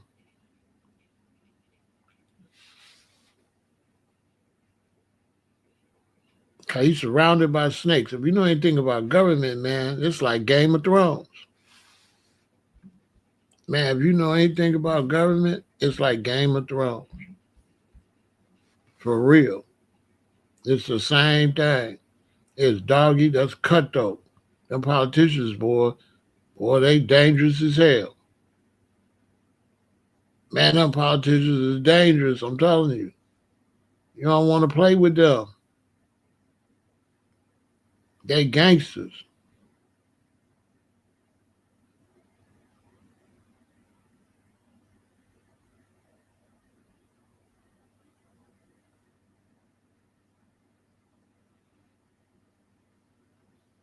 Yeah, you know, Carmichael, you know Trump. You know how Trump is. Trump gonna use two things for one. So yeah, he gonna point out Russia right there. We need it for security, but the whole time, you know how many natural resources in Greenland? Boy, before he get there good, he gonna be digging. Hey, Carmichael, before he get there good, before he get the military set up, he gonna be digging up that stuff under there because they have protected lands where they won't let you go take the natural resources. Trump I always said once he get the president, he taking all that shit. He digging up everything. And Greenland got trillions under that ground. He gonna dig that shit up. The self-defense is really number two. Number one is them natural resources. Them people know it. They know he want to drill up that shit. But Trump saying if he don't get it, Russia gonna go take it and get it. He got a good point. Trump is like, if we don't take it, somebody gonna take it. Because Trump is a real gangster. Always have been. Trump is as gangster as he gets.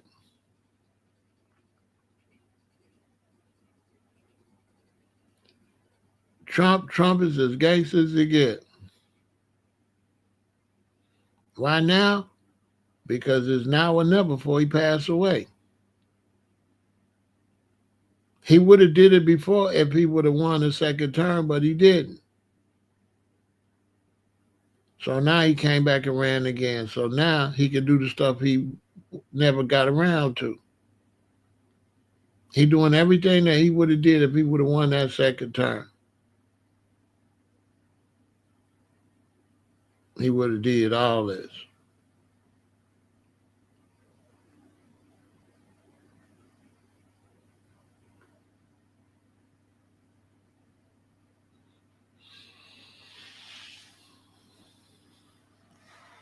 Remember, that's one thing they didn't like about Trump. He was going to dig up everything. He was going to drill for all the oil. He ain't doing no saving the environment. He ain't doing no saving the environment. He ain't doing none of that.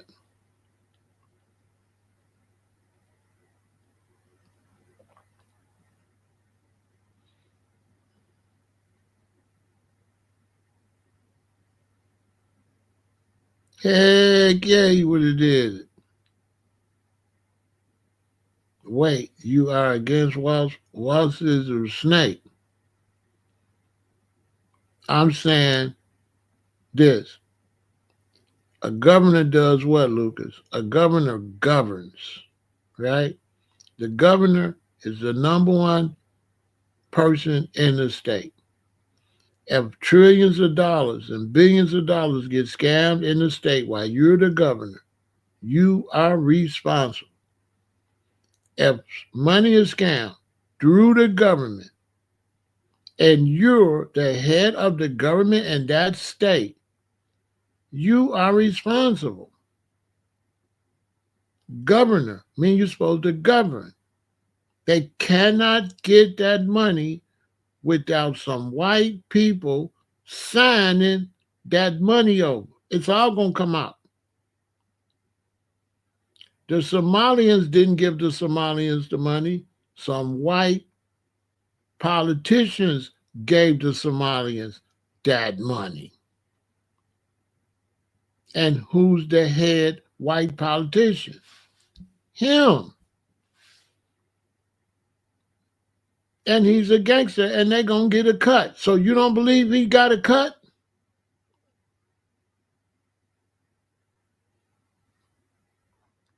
So he ain't also billions of dollars, trillions of dollars went out of his state. He didn't get a cut. He didn't get a cut. He didn't get no cut. And he didn't see nothing.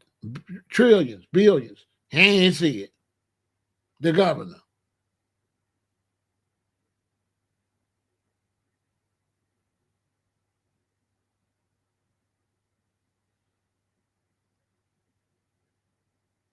The governor. The governor didn't see it. The governor. Anybody know about politics? No. Those things can't go without the head of the government seeing it. You cannot okay that kind of money at no office. You can't okay that kind of money at no office. We are business people. We know that. You cannot okay no millions and millions and millions and millions of dollars from no office as no low-level government employee. When you start talking millions and millions of dollars, that got to go from the top, especially to migrants. It ain't no goddamn way them people got no money and the governor didn't know it. They could tell that to somebody else. The root word of governor is govern. He's the one govern the money. He's the one look at the budget. What y'all think the government do? The governor looks at the state budget. The governor knows every dollar going in and out. And then the governor goes to Washington to ask for more money if needed.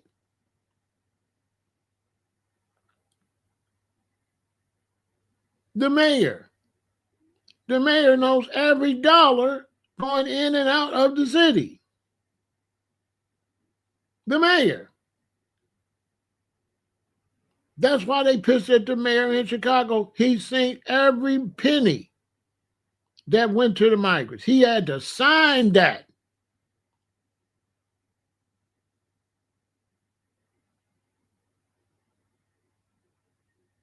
A state check got who name on it, Goshen? When you get a state check, who name on it? Would you tell them? When you get a check from the state, who name on it? If you get a check from Illinois, it's going to say J.B. Frisker. That we're going to say. That's a fact.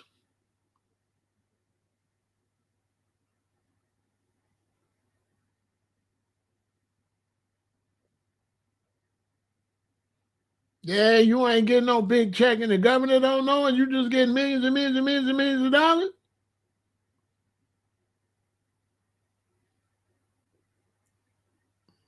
And you opening up businesses everywhere that you need state licenses and shit. And governor don't know. And you drive around all these fancy cars and shit in a state that ain't like no big old population like it, and he don't see none of that. He don't see nothing.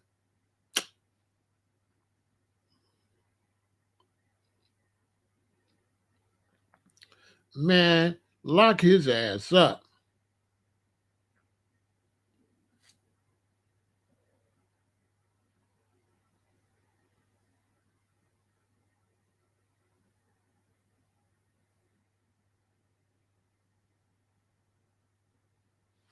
I'm trying to tell him, Carmichael. I'm trying to tell him, Carmichael, though. Man, listen, you can't. Same with the government, right? They saying, what about Trump? Trump is the head man. So there is nobody to check nothing. Same story. When they find a bunch of scams happening in this country, Trump is behind them. The money cannot go nowhere unless he knows it. These people really do have a job. They just don't walk around and be presidents. They just don't walk around and be senators and governors, especially governors. Senators do other stuff. Senators just pass stuff and do stuff like that. But the governor and the mayor, they keep up with the money. The Secretary of State works directly under the governor, and the Secretary of State handles the money for the governor, and the governor is checking the Secretary of State. Ain't no way the Secretary of State is doing nothing without the governor knowing it. It's rank and file. The amount of money Somalis was getting, it ain't no way this man didn't know it. That's impossible. That is impossible for that much money to go out that state and the governor don't know it. That is impossible. Can't happen. It's coming out of the state budget. He wouldn't want me to question it because I asked him, are you watching the state budget? Yes or no, sir? And you didn't see that money disappearing from your state budget because you're the governor and you're the one that governed the state, bro. And part of governing is the budget. The budget is the main thing, is a part of the governing. The budget. Bro, you didn't see all that money go out? Lock his ass up. Lock him up. He lying. No, honestly, I didn't see it. Lock him up for not seeing it. Anyway, go lock him up. You should have seen it. If you didn't see it, you intentionally turned your head the other way so you wouldn't see it. Your job is to see it. Am I correct? His job is to see that.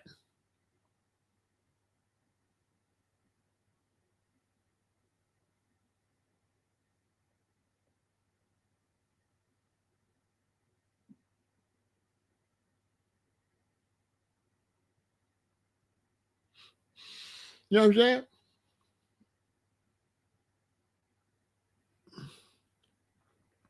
Look, see? He said, I received an inflation refund check in New York State for which the current governor's name is on it. Exactly. Exactamundo. He going to prison. It's just a matter of time. He going to prison. It's going to be probably like 8 people in government. It's going to be like 8 people in government that knew about that. It's sad. No one ain't. The hell with them Somalis. I don't give a damn about them Somalis. Get them out of here.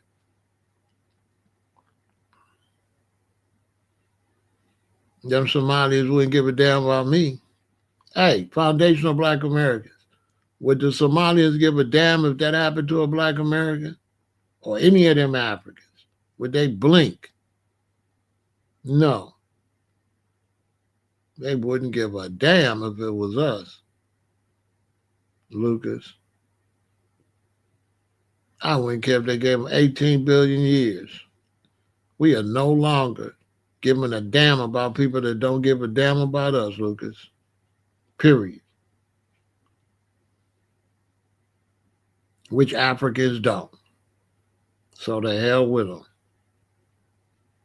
If Africans cared about us, we'd be doing way better. Name me one thing Africans ever sent over here for foundational Black Americans. Have they ever negotiated with our government to send us a goddamn piece of goddamn bread? Show me where an African president came over and tried to negotiate something. Gaddafi came and tried to give us millions of dollars and they refused him.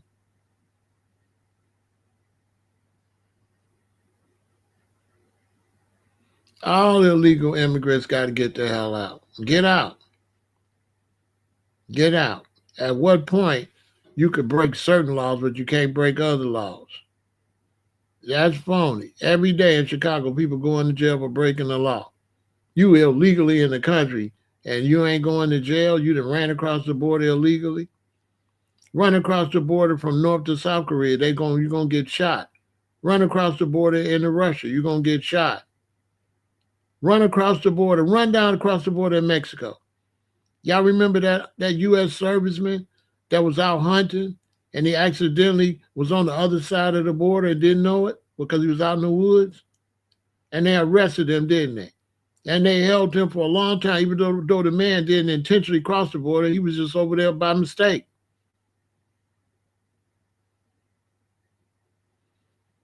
And they arrested that man and they kept that man how long? You cannot cross no border illegally. And if you come here, you sign papers that say what you're going to do and all that. And you could be prosecuted for not going by what you said you're going to do. You can't just come in no country and say you're going to come for this long and don't, and overstay your visa and go over and then do crimes too.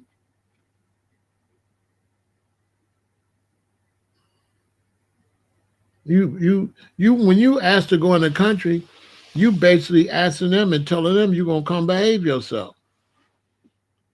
That's the arrangement that you make when you make arrangements to go into somebody else's country. You are agreeing to come and abide by all the laws of that country. You have to sign paperwork for that, and that's what that paperwork say. All them Somalians made an agreement to behave themselves, and they didn't. They violated the law. They need to go to prison.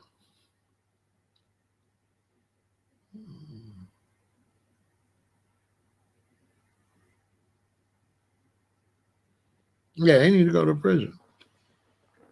But as far as Africans go, to hell with them. I came up in the Pan-African movement.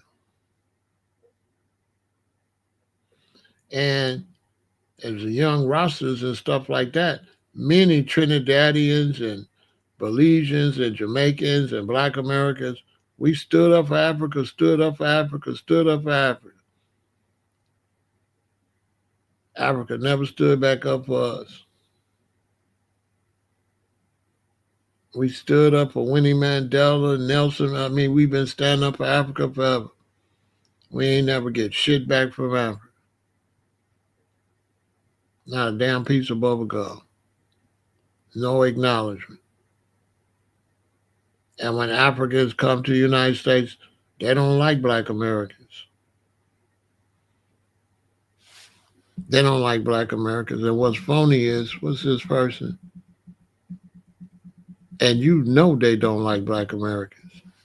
That's what's phony, Lucas. You know them people don't like Black Americans and don't respect Black Americans. You don't know that, Lucas? You don't know that Africans don't respect Black Americans? You don't know that? Do you know that? Yes or no, Lucas? Do you know they don't respect us and don't like us? Yes or no? Let me see if you're an honest person. Let me see how honest you are. Do Africans come over here and develop any relationship with Black Americans? The decent Black Americans, the churches, do they come and go to our churches?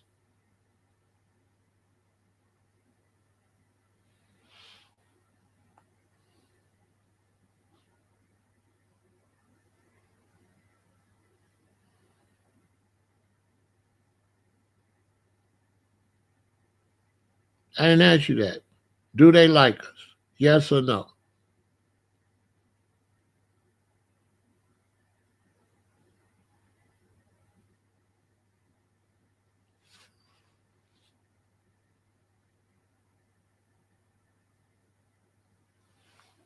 Yes or no? Do they like us? Yes or no? I ain't say type all that. All I want is one word. Yes or no? Do they like us? Yes or no? The fact you can't answer it says everything about you. You're a phony. Exactly. I rest my case. No.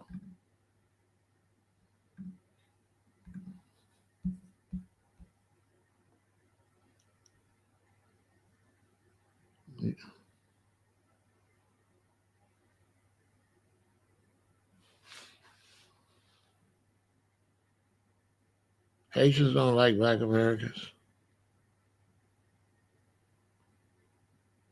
You better go to Florida and ask somebody. Who y'all think y'all talking to? Lurk.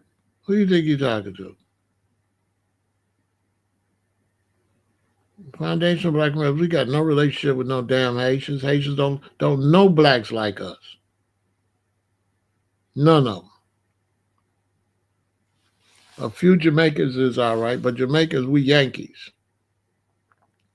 Don't know blacks like foundational Black Americans. I'll go further. They all jealous of our success that we made on our own. How great we became in the world, how famous we became in the world. how we became the biggest athletes and the biggest musicians and the biggest black politicians in the world. They jealous.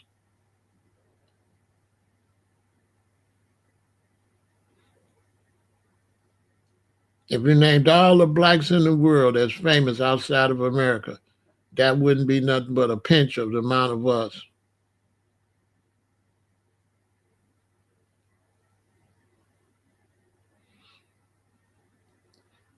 You lying. You lying. You a lie. Yeah, you lying, Lurk. You lying. You don't even know who you talking to. So I ain't been nowhere, huh? You lying. And people don't like us. Or they gonna like this black over here, but don't like this black over there. That was you trying. He trying to say no. When they come up here where he at, they like us, but everywhere else they don't like us. But they only like a certain black a person in New England. Right.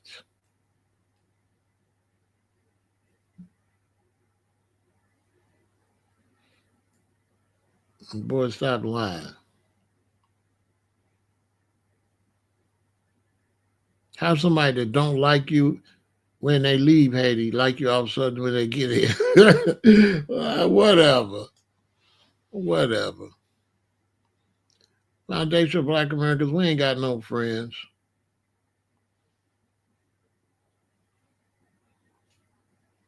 We get more from white Americans than we get from all you blacks all over the world. We get more aid and assistance from white Americans than we get from all the blacks in the world. That's a fact.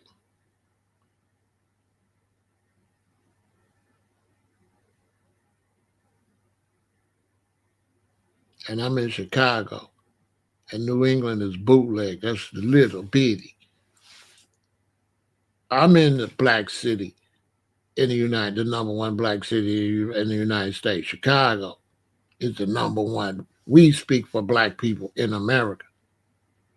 You few weirdos in New England don't speak for black Americans.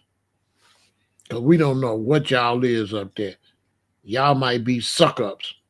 Because a lot of places where y'all black folks at, y'all got y'all nose up them people booty, up everybody booty. Y'all not black like us.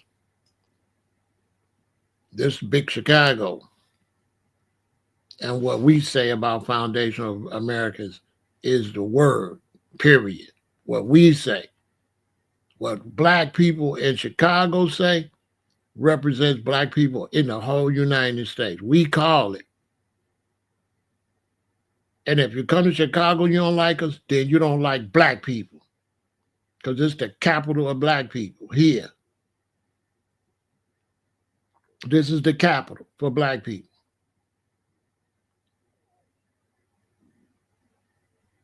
Chicago, not New England.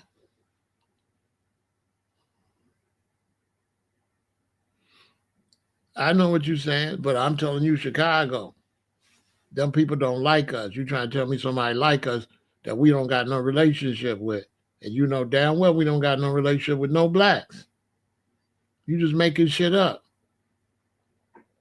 Y'all black dudes up there in New England, them Haitians ain't letting you marry they women, they girls, and you ain't married into their families like that.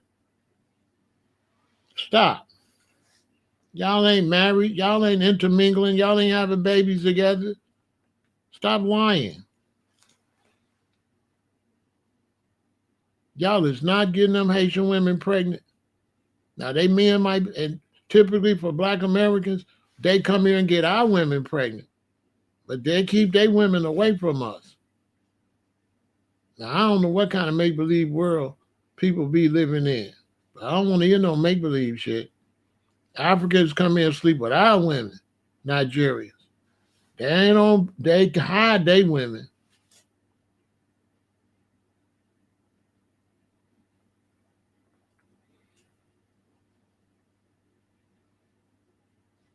We don't have no allies as Black Americans.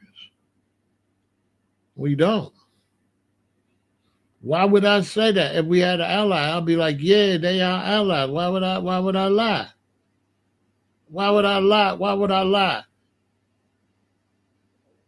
That all we black all over the world, you gotta live that. You can't just talk that. You know, people try to project something, but it don't be true. So that black people all over the world, they like to project that, but that's not true. It's just something people be projecting.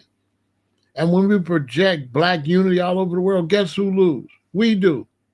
Because we be the only goofies believing that, and the rest of the blacks is like, the hell with y'all. That's a fact. Africans ain't about nothing. If Africans was about something, Africans would be plugged in heavy and helping Jamaica. All the goddamn reggae songs Jamaica made about Africans, all the Rastas in Jamaica, right? It seemed like Africa would be donating and bringing how much stuff to the blacks in Jamaica? How much? When Jamaica just had the hurricane, how much did Africa talk about that? I didn't see Africa say nothing about that. And I'm watching all the African news. Ethiopia didn't say nothing about it. Nigeria didn't say nothing about it. Ghana, none of them said nothing about the Jamaicans after that hurricane. It was quiet. What kind of friend is that?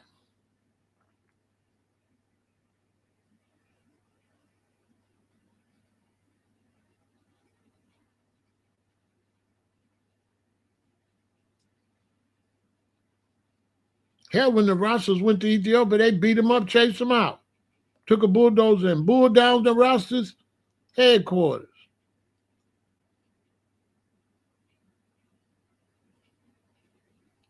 I seen some weak presentation a couple weeks ago about Rastas in Ethiopia. They showed 2 Rastas. I said, hey, why they lying? Them Ethiopians, them Aroma, chased the Rastas out of there.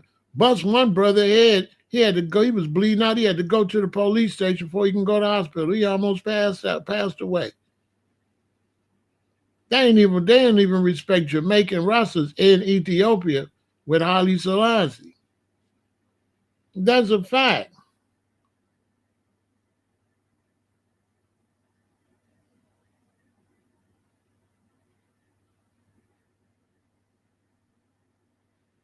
They don't like us. I can't believe somebody gonna try to give black Americans a friend we ain't got.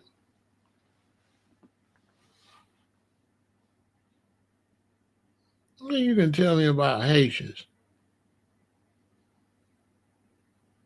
Boy, you want to learn about Haitians, go to Miami. See how much they love you. Go to Miami.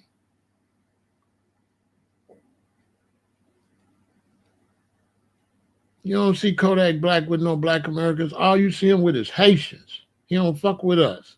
He just sells his bullshit music. You know, go watch Kodak Black live. Ain't gonna never be no black American nowhere around here. Only Haitians.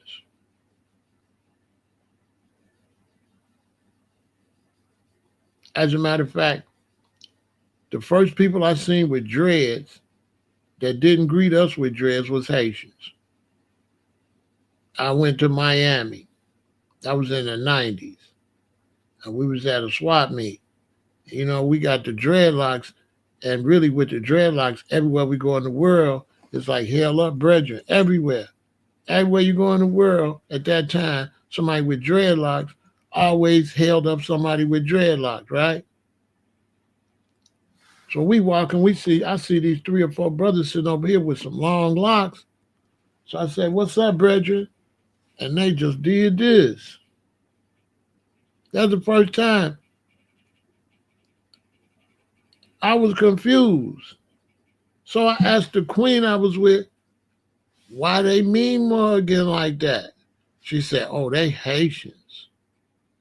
So I know what that meant. I said, oh, wow.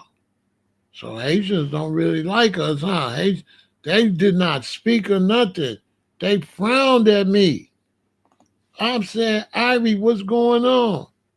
They frown. You talking about people in your life? Yeah, but you might be sucking up to them. I don't know you. They might like you because you're a suck up. You might be a suck up. You might not really be standing on them. You might be running by behind them, glorifying them. Yeah, they'll tolerate you if you're a suck up, if you're a flunky. That would be my first reason I would think they like you. It's because you be kissing their ass.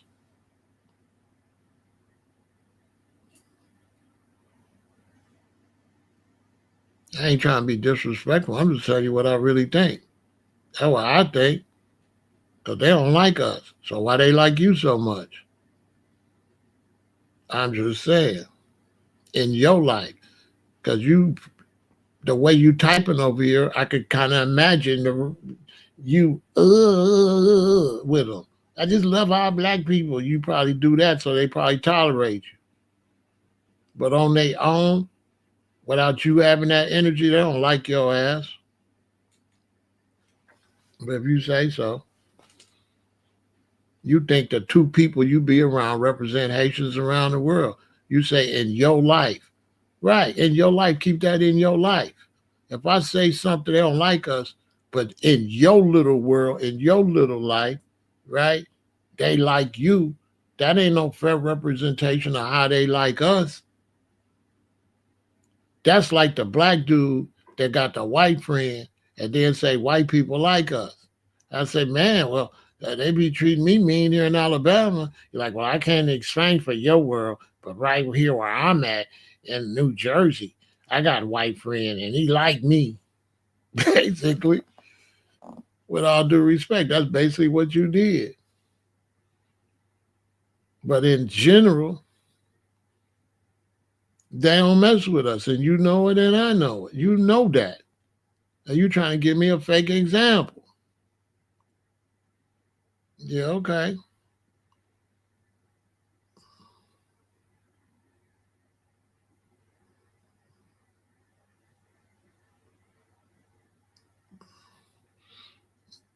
That's bullshit. Yeah, boy, I'm about to be 68 years old. You know what I'm saying? Can't nobody sell me no false information like I was born yesterday. We got no relationship with nobody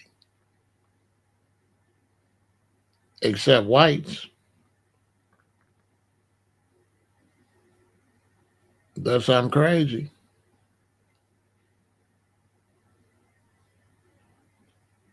That includes the Native American tribes that really look different than the black Native Americans. They don't mess with us either.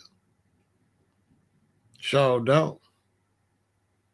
The Mexicans only use us to help them with immigration. Now they don't like us at all. They all in California using the N word, running over blacks out there. They try to be friends with them Mexicans. And somebody gonna tell you got a Mexican friend, go to the penitentiary.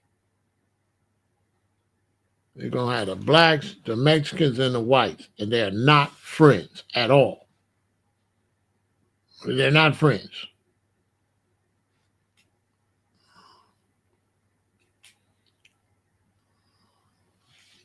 We don't have no friends. That whole Pan African, all black, that stuff canceled. They had the 70s, the 80s, the 90s to make that happen. And the other blacks in the diaspora failed. There was an opportunity for there to be an international black unity. But the other blacks failed. They didn't want to do it. They didn't want to do it. The rosters was pushing it. And a lot of times somebody be pushing something and it failed. They don't want to say it failed because it hurts the fact they was pushing it. So they just gonna keep pushing it even though it failed. Even though none of them people come to their reggae shows. None of them people support them with reggae. They ain't got a dime from Africa nowhere. but they'll keep pushing. As a matter of fact, Jamaicans and Trinidadians don't even like each other. So figure that. Every Caribbean island, they don't even like each other. How you gonna tell me Haitians like us? Every Caribbean island don't like the other blacks at the other Caribbean island. That's a fact. As a matter of fact, on the Caribbean island, they don't even really like each other like that. But everybody got gang problems. But they don't, ain't no love between Trinidad and Jamaica. Ain't no love between St. Croix and Jamaica, St. Croix and Trinidad. Ain't no love there. That's fake. And don't nobody like us. We've been on our own the whole time we've been in this country. All the blacks came up here and they benefited off of Rosa Parks. They benefited off of MLK. They benefited off us out there with dogs being sicked on us and our relatives and my older relatives putting their life on the line. They benefit even from me. They benefit of me fighting to go to school, fighting whites to go to school so black Americans could walk around here. Then an African or some Haitian to come here and walk around here. Don't respect our knuckle game that we made it so you could walk around here. We the reason you can walk around here. And we nice because we could be the reason you can't walk around here. On the opposite, on my soul. We just ain't on that. If we was anything like the other blacks, all the blacks here would leave because we would be mean to them. We would use our gangs and stuff to overpower them. If we was like them. If we was like the other blacks in the world, blacks here from other places would have to leave. That's a fact. If we was as mean as them and as hateful as other blacks around the world is, no blacks would be able to live over here.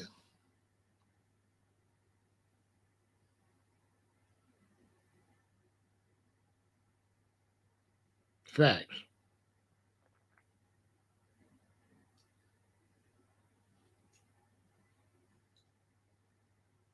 If we looked at the Jamaicans the way they looked at me as a Yankee, I could chase them out of here.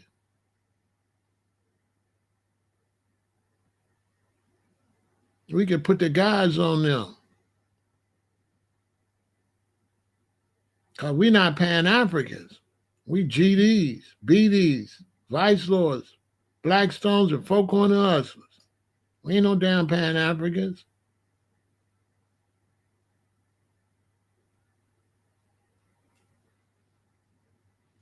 That's a fact.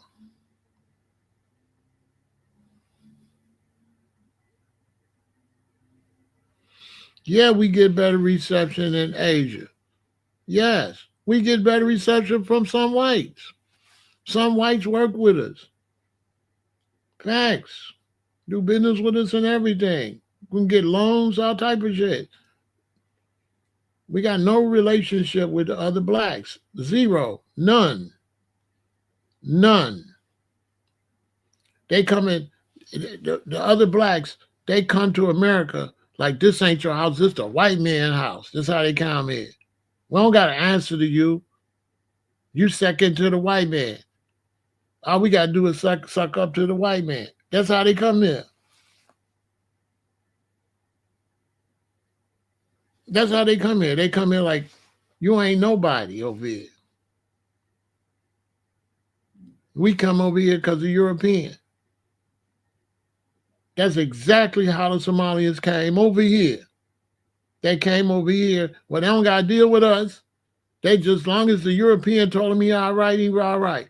Then he went and scammed the European and in his financial system and stole every goddamn thing.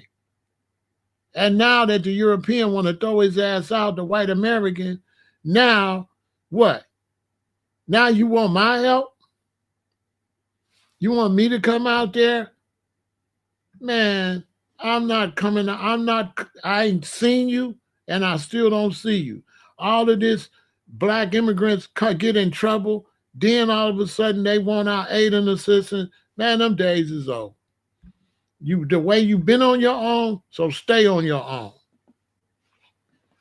Stay on your own. Don't start talking that Pan-African shit.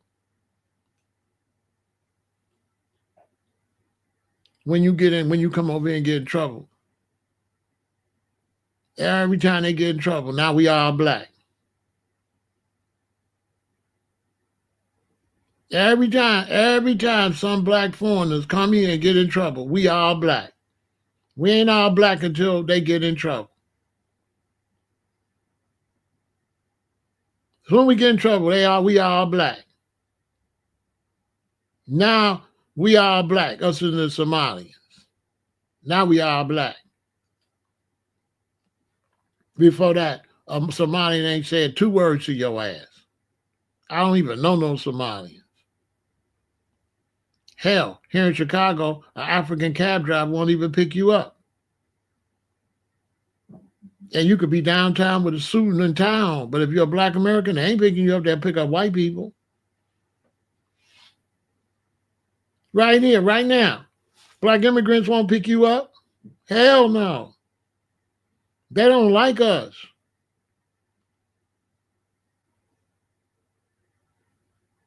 They wish they could compete with us, but they can't. There ain't no competition. As soon as they get somebody like a Usain Bolt, they start trying to compare and brag to us because they finally got somebody won something. Y'all ain't noticed that? They don't, you blacks around the world, y'all always competing only against us.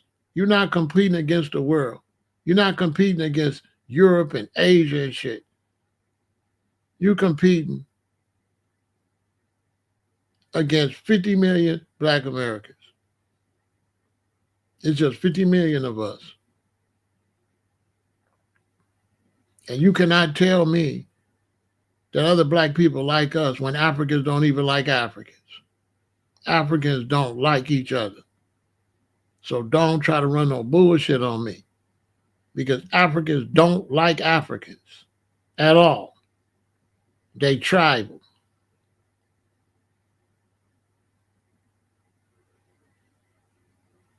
They tribal. They don't even like each other. How they like me? Ethiopians don't even like Ethiopians. How Ethiopians don't like me? When Amhara don't like Aroma and Aroma don't like a Tigray. Right in Ethiopia. All in Nigeria. Got all them different tribes. They don't like each other. How the hell they gonna like me? When Africans is tribal and don't even like their own selves.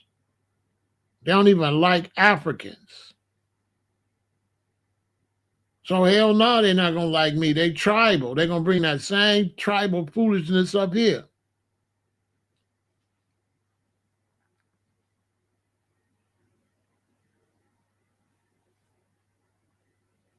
And Haitian, what can the Haitian tell me? Haiti is a hellhole. Go home and fix Haiti. And holler at me later.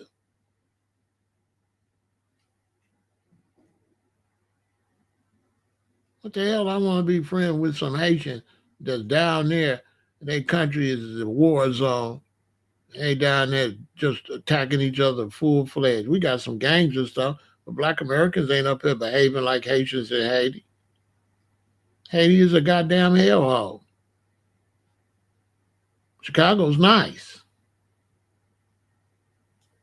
What?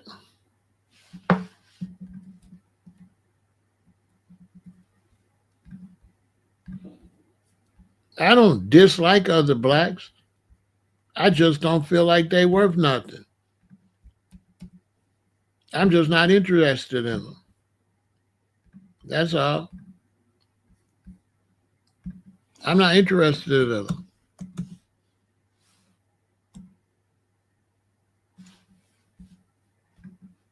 I don't hate them.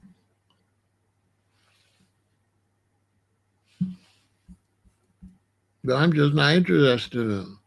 And I come from a different lifestyle. This is Haiti. I don't come from that. I don't come from that.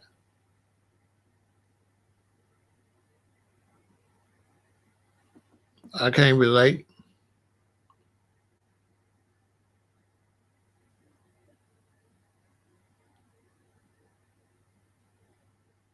I can't relate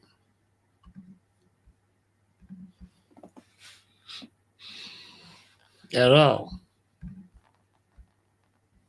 I can't relate with none of this.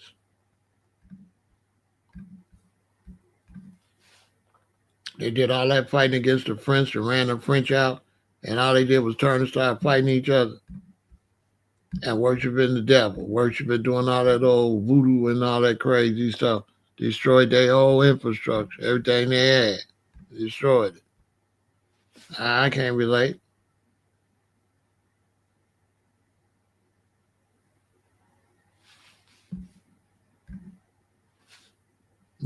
What the hell?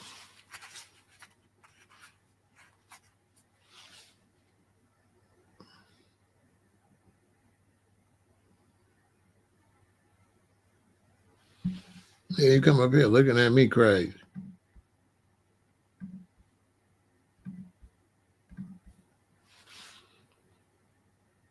Looking at me crazy. That's what y'all finna see. What I'm talking about, I know what I'm talking about because now Trump finna throw all them out and watch. Watch, they're gonna try to be freeing us. Watch. I'm telling you right now, early. Now that declaration that they got to all get out of here by March, a bunch of them. Watch. They all on social media.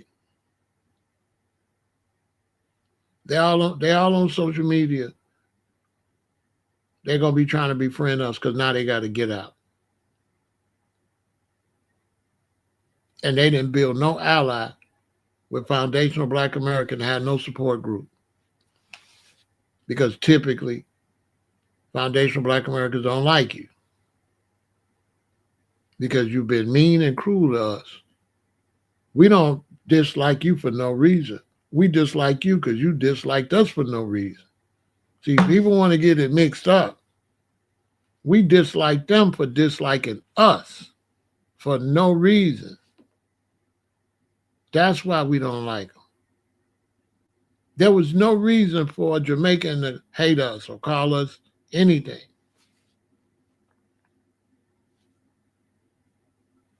There was no reason. They might have had some conflicts in Miami and New York, but foundational Black Americans didn't even know Jamaicans. So if they was calling you banana boat man, that was some other people from some other place doing that. That wasn't us. We don't even know stuff like that. So you would have just been a black brother and a black sister. We wouldn't have, we wouldn't have, I didn't know nothing about talking bad about black people. That wasn't nothing I knew about in Chicago. In Chicago, I didn't know no slurs or nothing for black people from Africa or the Caribbean. I didn't know nothing like that. All I know is say it loud, I'm black and I'm proud. So you was black, you was cool. And that was the concept of most foundational Black Americans. We all black. We all black. And them people was like, no, we not. And it makes sense because where they from, they not all black. In Africa, they not all black. That's just a fact. So when they came, they brought that African mentality that this black is a Nigerian, and this black is a Liberian, and this black is that, and this black is that, and this black is that tribe, and this black is Buntu, and this black is Tutu, like that. They brought that over here. We didn't know nothing about that.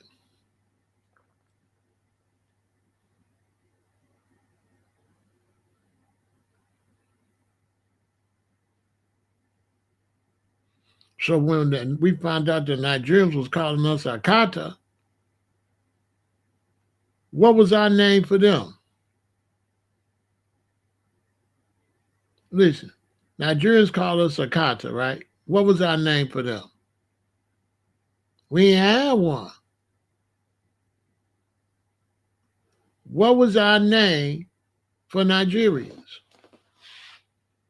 What did we call them? What was the bad name we called Nigerians?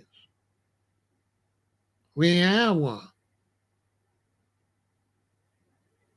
If we had one, I'd say it. We didn't have, I never heard no, we never had one. We didn't call Nigerians booty scratchers. No.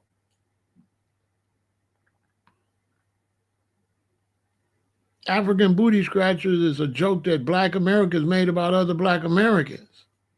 That was a kid joke. There wasn't no Africans to call booty scratchers.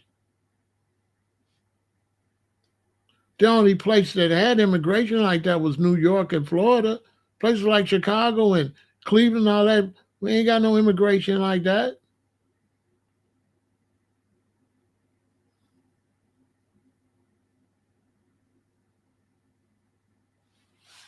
The terms they got from us is national in their whole country. In this whole country of America, we have no terms for them. That's just a fact.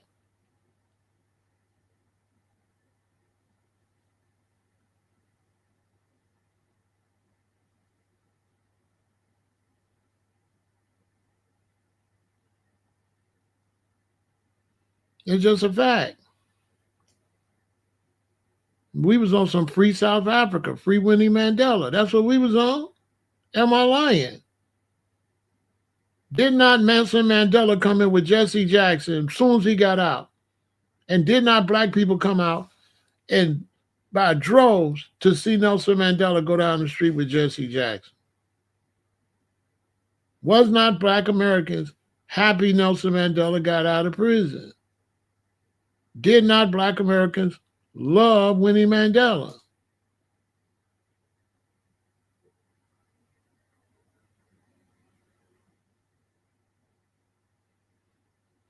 If it was, I would tell it. I never knew no bad concept about no Africans. I never heard it before. Or no Haitians. That's why I told you I was in Florida and I seen the brothers with the dreads and I waved and the Haitians didn't wave back and they mean mug. I said, "What's up, brethren?" They didn't say nothing. And the girl I was with said, "Them Haitians, they don't like black Americans." I said, "What?" So they got dreadlocks, they don't like us, we got dreadlocks too? She's like, "No, they not Rasta, they Haitians." I said, "What?" That was in the 90s. That was like 96. That's the first time I found that out. I couldn't believe it. I was shocked. Because even though different blacks didn't get along, Rasta did.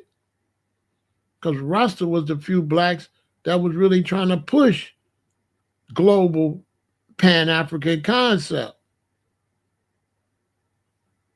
Only Rasta. Regular Jamaicans was always hater.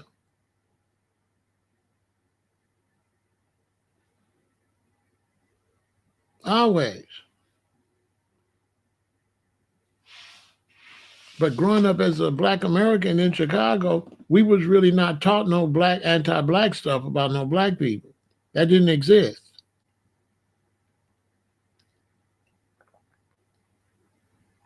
We know you was black because it was black and white. That was it when I was growing up. So you play baseball, you Roberto Duran, and you can hit the home runs. We messing with you. We ain't like, oh, he Panamanian, none of that. All we know he's black. This is how foundational black Americans. All we know is you black. When Ali fought the black dude from Cuba, all we knew was two black dudes fighting. We cheered for Ali because where he's from, but we didn't look down on the other black dude. He was just a black dude from Cuba. You know what I'm saying? We had no derogatory idea about no black dude from Cuba. He was a black dude from Cuba. I grew up, we listening to UMass Kayla, we listen to Osabisa. We listening to African music because we figure we are black. It wasn't until we got around the Africans we realized, oh, they ain't on that. That's why Pan-Africanism failed. Because when the blacks in America really started buying into Pan-Africanism and Africanism and met the Africans was haters. That's why reggae failed, because we seen them singing One Love and all that, but when we got around the Jamaicans, a bunch of them was haters.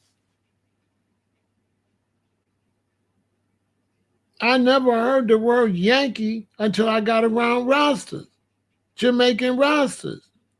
But Jamaican Rastas claim to represent Pan-Africanism. So how the hell am I a Yankee? So imagine how confused I was. Because I'm around these brothers talking about this Africa united, black people, all this. When I get around you, I find out you look at me like as a Yankee. As a matter of fact, I took some Trinidadians to a reggae club, and the Jamaicans called me over and said, Ramesses, what you doing with them Trinis? I was confused. I was like 20, 21. I'm thinking I'm at the reggae club, black Jamaican rosters, black Trinidadian rosters, foundational black American roster. I'm figuring this is great. The Jamaicans asked me what the hell was I doing with the black Trinidadian rosters.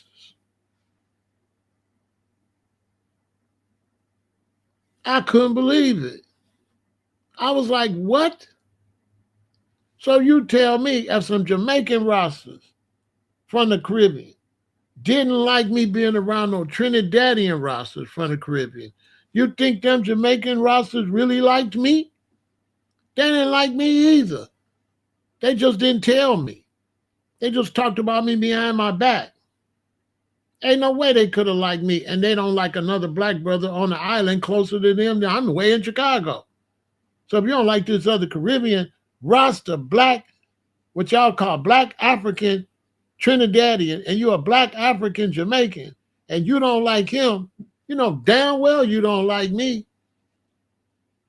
You just can't afford not to like me because you in Chicago, and you know how that shit'll go. So you couldn't let me know you don't like me in this city like that. You couldn't do that. You couldn't make that mistake. Because that could have caused you to have to move. That might have made it where you can't come outside. But yeah, they ain't like me. How? They ain't even like their own black Caribbean roster brethren.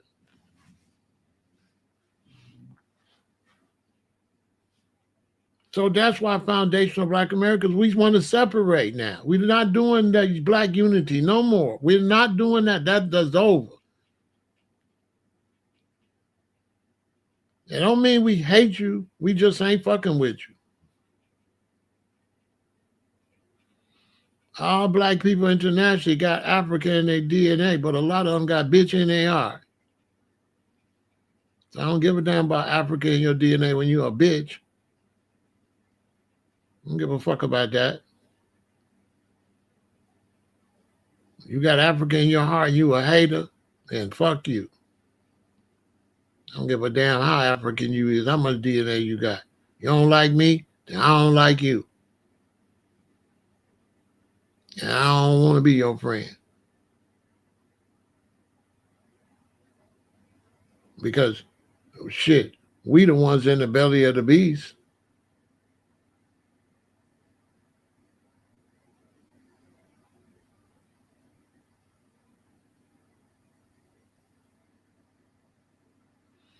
Yeah, we was in full support of everybody because we was the furthest removed from everything.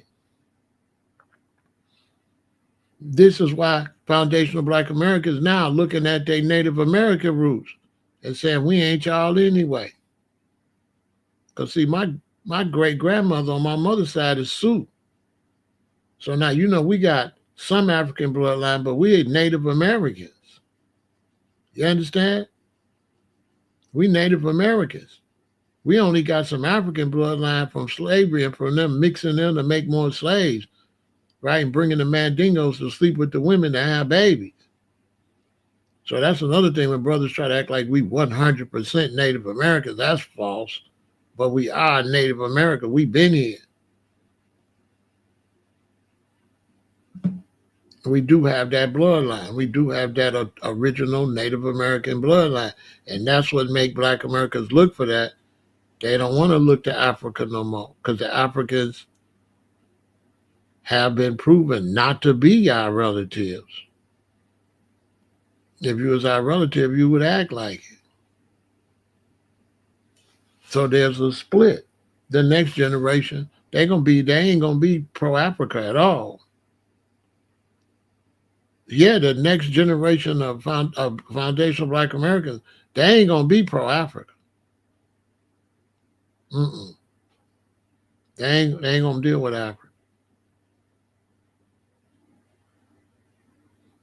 Not to mention all the brothers and sisters went over there and had to come back.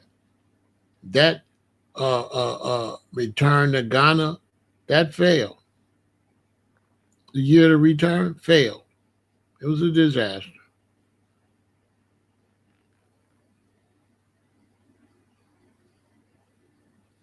I got a friend over there keep telling me to come to Africa. She keeps showing videos of her living in Africa.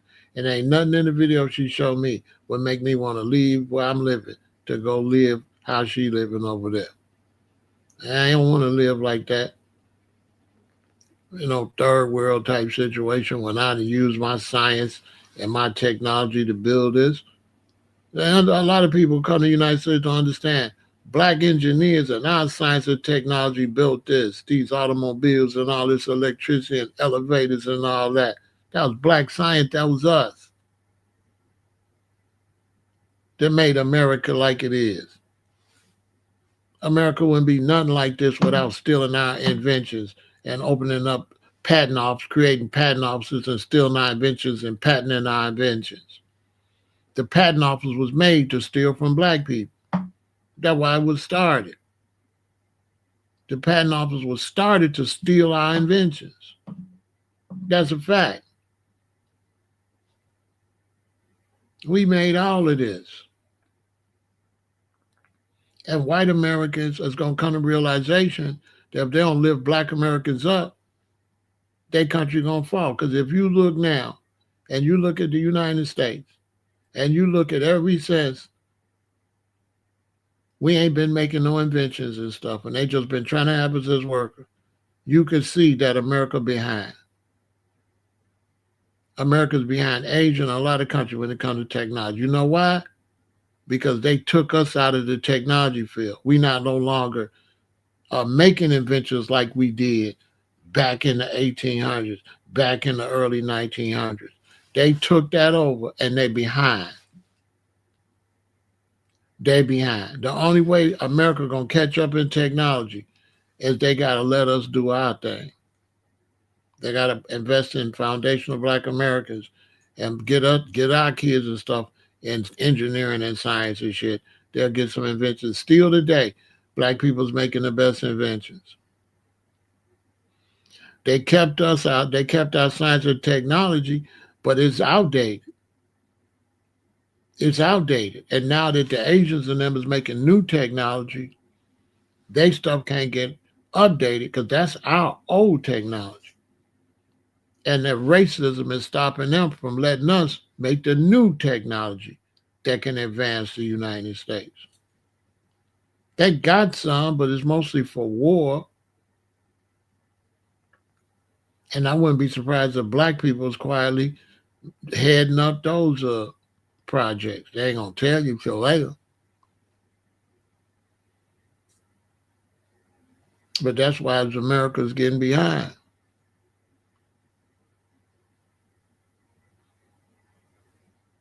Because white America's too busy with the white Black stuff instead of America. They're not America first. They try to be white and Black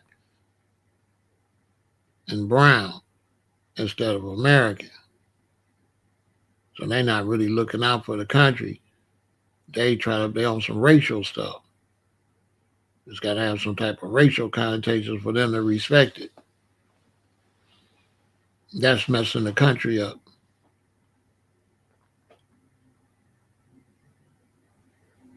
The white and Black and brown people in America, they're not playing the game right. They got to stop with the racial stuff They got to start looking at it like this. Listen, we on a landmass, and if somebody attack the landmass, they're going to attack everybody on the landmass. So we got to stick together and represent the landmass.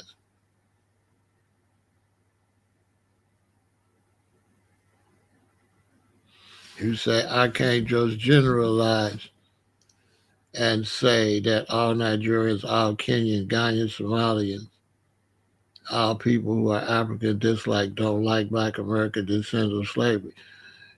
I can generalize. I ain't seen it. You can't show me where they do like us. So you just talking. And I'm gonna be 68 years old in February. I ain't seen it. Where's the love at? I ain't seen it. You seen the love? Because I ain't seen it. I ain't seen it. I could say more than that. I could say them niggas don't even like each other. I could say more than that. I could say Nigerians don't like Kenyans, Ghanaians. They don't even like each other. I could say that. So how you gonna tell me they like me? They don't even like each other. Checkmate. They don't even like each other, bro. Why you think they got xenophobia down there where the Nigerians and the Ghanaians went down there and mistreated the South Africans? Man, bro, you know you're talking to Africans is tribal. There is really no such thing as Nigerians. Checkmate. The boom boom effect. There's really no such thing as Nigeria. It's 300 tribes in Nigeria. They warring and killing each other right now. So how you gonna tell me they love me when Nigerians don't like Nigerians? Boom number one. Boom number two. Ghanaians. They ain't Ghanaians. They not Ghanaians. You done bit off. Listen, this the big leagues. You a barbershop boy. You're not like Big Pharaoh. You out your league. Okay? You out your league. Yeah, you out your league, bro.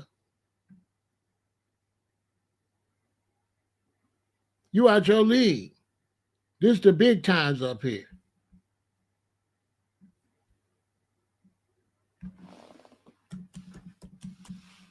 Bro.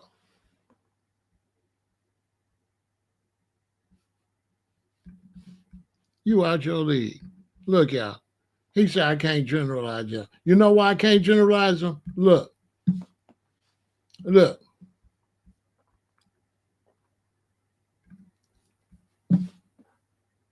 There ain't no such thing as Nigerians.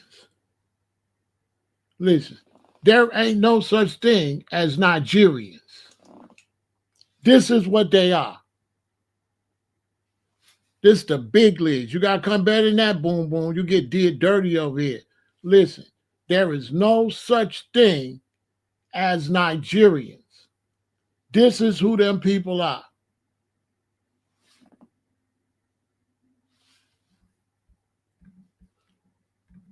This the big leagues. Look. Look. Hold on.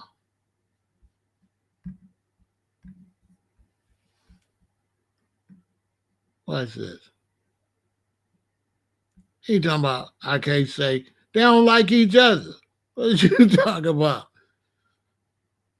Man, them people don't like each other. Man, miss me. We cannot waste our time from no colonial lies, tribal people. It is a total waste of time for Black Americans to deal with Africans at all, because Africans ain't got their shit together. Africans ain't got their shit together. We need to worry about ourselves. Them brothers like that, he ain't gonna never move to Africa and stay his ass in Africa. Take your ass to Africa and stay in Africa. Look at all these tribes in Africa. Man, listen, we on our own. And them people don't like us. They absolutely do not like us. And he lying. And he say don't generalize, but hell, they generalize us. The vast expanse of the African continent spans many different climatic regions and contains everything from dry desert to swamps to rainforests to glaciers covered mountaintops. It's 54 countries and the home of over 3,000 different tribes. There ain't no such thing as Kenyans. There ain't no such thing as Nigerians. There ain't no such thing as Ethiopians. Dude don't know what the hell he talking about. Them people he named don't even exist. There's no such thing as Kenyans. There is no such thing as Kenyans.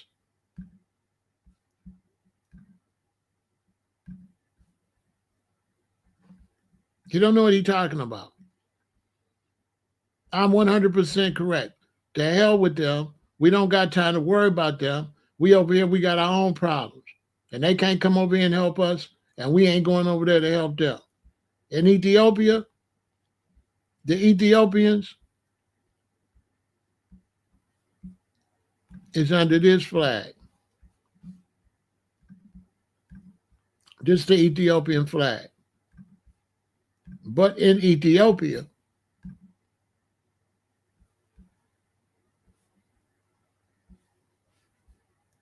the Amhara is under this flag.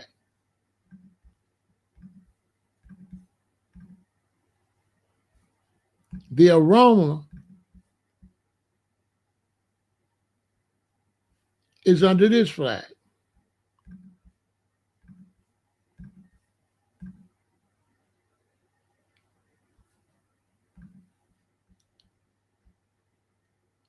The Tigrayan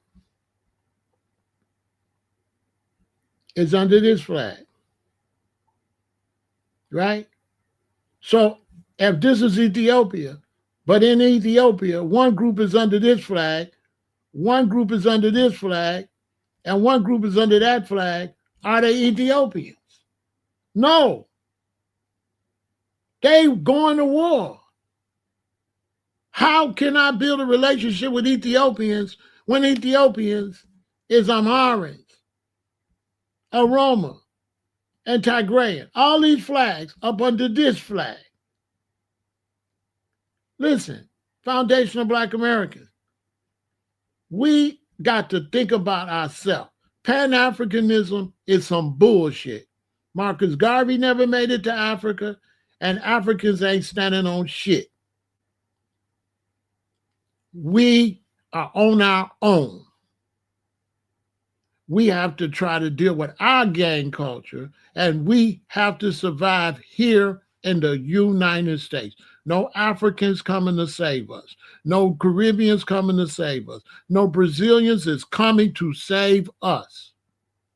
We are on our own. Period. And Africa's like a crackhead because that bitch don't take care of her kids. Let me tell you something. If Africa is the mother, should the kids run to the mama or should the mama come get her kids? Listen. If Africa is the motherland, should we be running behind mama or should mama get her kids? Put it in the chat. Because they telling me I'm supposed to run behind the mama.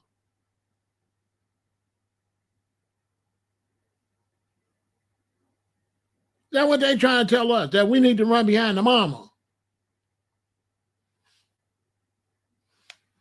The same people that sold me in the first place. When the Portuguese came to West Africa, Ghana, the Portuguese wasn't even looking for slaves. The Portuguese came and bought liquor, guns like that. And the Africans would trade them things they had. At that time in West Africa, they was having wars. So those Africans in Ghana asked the Portuguese, did they want some of their people they captured in war, some of their prisoners of war? The Portuguese said, no.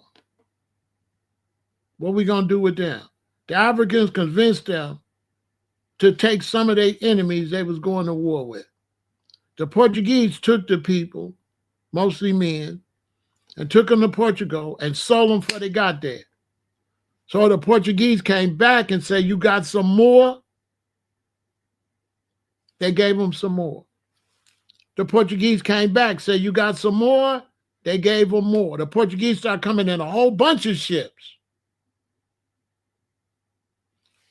They started running out of their enemies. So they started going up the river, the Niger River, and getting slaves from wherever they can get them from to go take them to the Portuguese. That's how the Spanish found out, because Portugal right next to Spain.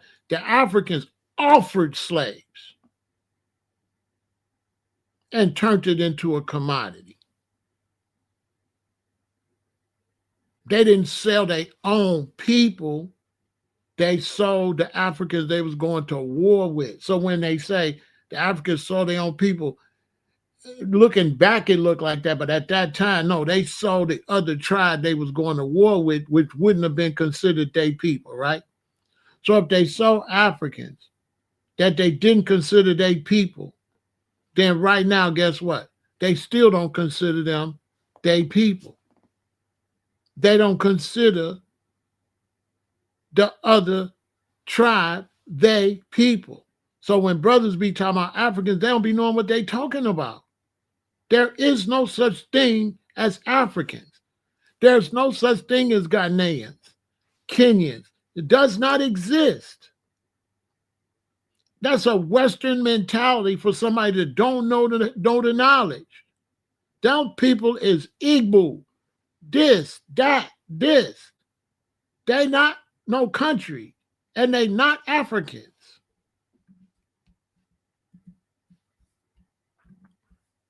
When they come over here from Nigeria, they call them Nigerians, but they're not. That's why we don't get along with them, because they're not Nigerians.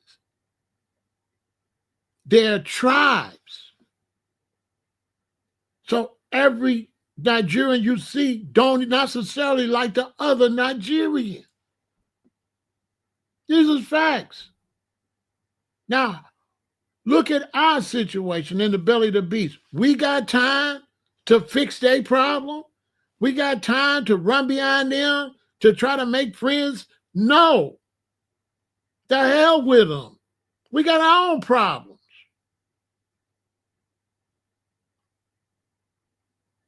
We got our own problems. And I'm telling foundational Black Americans, let's work on our gang violence. Let's work on us unifying Blacks in California with Blacks in like that. And the hell with that African shit. While we over here, if these people start attacking us, what, the Africans gonna help us? The Africans gonna come over here and help us if something happened to us? All you Black people down south right now, if you in that ice storm, Africans gonna come and help you in the ice storm, or you all gonna help each other? Africans gonna help you? If you in that ice storm and the power go out for a month, Africans gonna help us? Africans gonna help us? What Africans gonna do for us?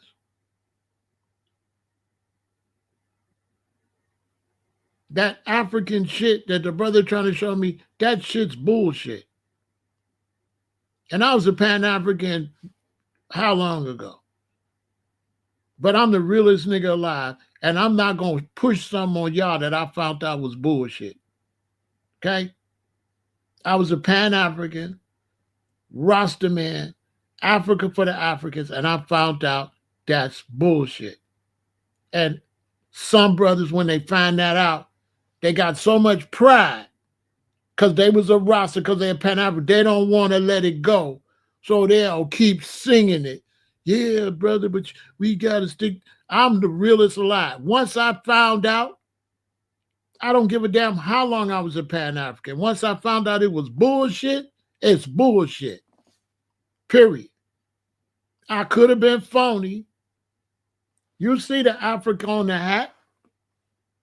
I could be phony. I could be phony. I was on this. I was doing this way before dude talking to me. I was pushing the line of Pan-Africanism years ago.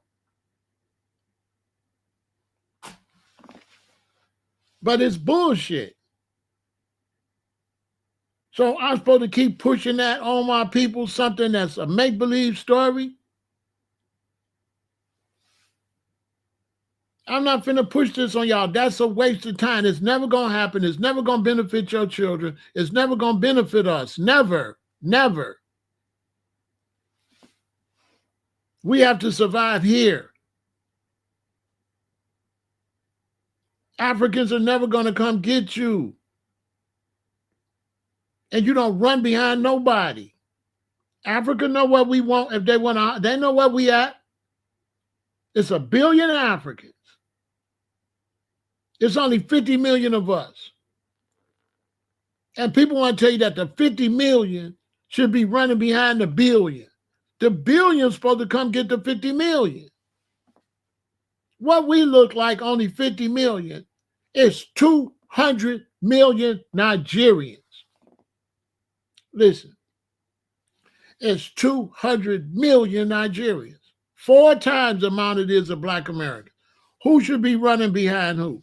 Should the Nigerians be reaching out for us? Or should we be reaching out for them? We should not be reaching out for no goddamn body. Dude talking crazy. We looking out for ourselves. All that shit's bullshit. We ain't even got no way to transfer no 50 million people to Africa. All that's make-believe. Boy, I'm real. I challenge anybody, show me how you can transfer 50 million Black Americans to Africa. Where they gonna live at? What they gonna do? How many Black women been unalive in West Africa? In the Gambia? The Antony chick just passed away from cancer over there. She couldn't get no medical treatment. Remember, she was always talking Africa back and forth arguing with Africa. She just passed away in Africa. Poor medical treatment. So the name Antony, y'all know the Antony chick? Art Cathy. Yeah, Art Cathy. Passed away in Africa. Trying to get you to go to Africa. And Africa is primitive and ain't got nothing. I was in a DMV, and it was a sister behind me. She was from Africa. So, I be learning. So I asked questions. I said, where you from in Africa? She said she was Nigerian and Ghanaian. I said, oh, cool. So I said, tell me about going to Africa and people that want to move to Africa, right? She said, if you move to Africa, tell Black Americans, if they move to Africa, they got to take their medicine with them. She said, because they're not going to have your medicine. She said, when she go home to visit her family, if she take 3 months worth of medicine, she have her trip planned to leave after 2.5 months because she got to get back and get her medicine. She said, we cannot get our medicine in Africa. We cannot.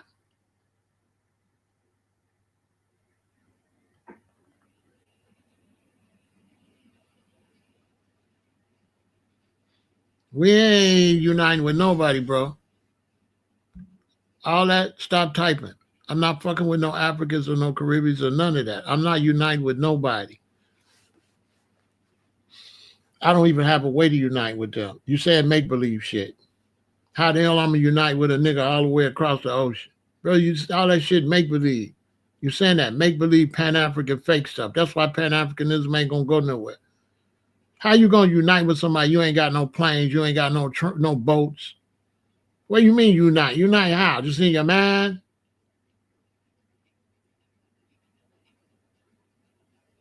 See what I'm saying? That's all phony. Like trying to sound positive, like preachers be doing with Jesus. We all got to come together and all this all bullshit. How I'm going to come together with a nigga of the 52 countries in Africa? How the hell we going to come together with 52 countries in Africa? We only 50 million of us. And you pandering to me I don't want to talk to them niggas. I need some money. Fuck, I want to talk to some dialogue with no Africans on this goddamn internet. If Africans want to get with me, tell them send some gold. Tell them send some natural resources. Boy, it's all about the dollars. I don't want to talk to no Africans. Tell Africans send us some chocolate. That's what they should be doing. Your philosophy is slow. The boom boom effect, with all due respect. If there's any future for Black Americans in Africa, it's send us some product so we can sell and get some money. Send me some gold. Send me some stuff the way the Chinese are sending the Chinese stuff here. The Chinese here ain't trying to go back to China. The Chinese here is getting product from China. And they're getting product from Africa because the Chinese going to Africa and taking their shit. Facts.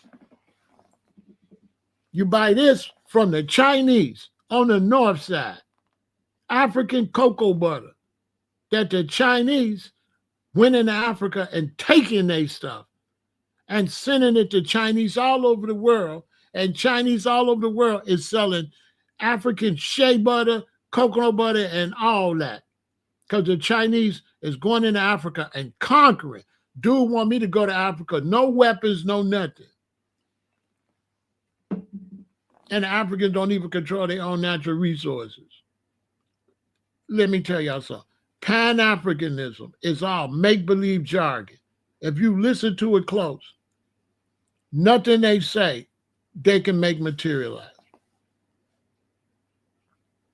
Their leader was Marcus Garvey that had 3 boats that wasn't even seaworthy. Ship wouldn't even sail. The leader of Pan-Africanism, Marcus Garvey, never made it to Africa and bought some raggedy-ass ship, conned the people out there money. He was a too-big con man. Right? So like I collect $3 million from you and I go spend $300,000 on some ships. That's what Marcus Garvey did. He collected one money, then spent less on some raggedy ass ships that wasn't even seaworthy. It took them people money, and the feds found out and went and arrested his ass and told his ass, we'll let you out and we won't tell what you did as long as you sit your black ass down. But if you get back out here doing, we're going to tell black people why we locked you up. And Marcus Garvey shut the fuck up, moved to Canada and moved to Europe. And he shut up because the feds told him, if you get back out here talking, we're going to tell everybody why we really locked you up, because you was a 2-bit scam artist. That's who birthed Pan-Africanism. Marcus Garvey wasn't nothing but a 2-bit scam artist, gangster. That was Marcus Garvey was.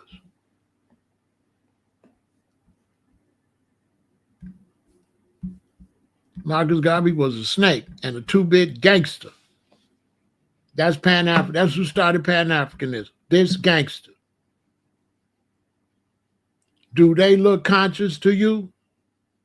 Look at the one on your left, from your left to Garvey. What he got his hand in his pocket on?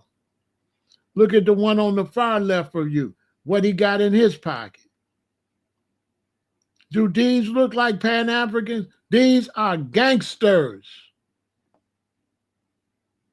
Look at them good.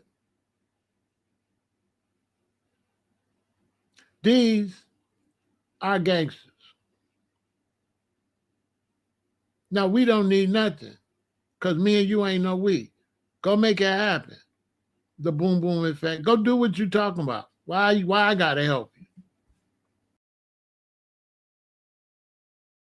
Why you want to come on my channel? Go on your channel and push it. Don't come on my channel because nobody listening to you and try to push that.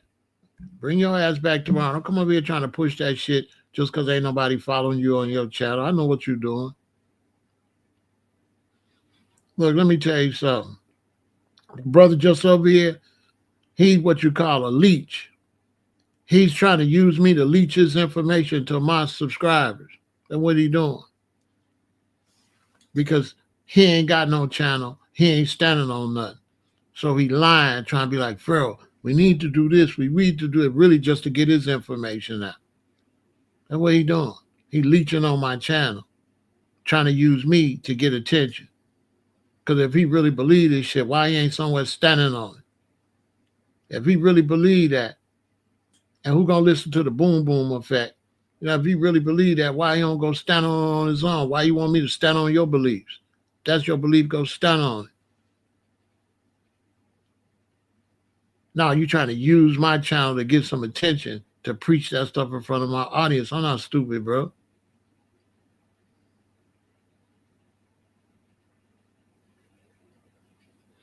Pan-Africanism was bullshit. It was a bullshit concept.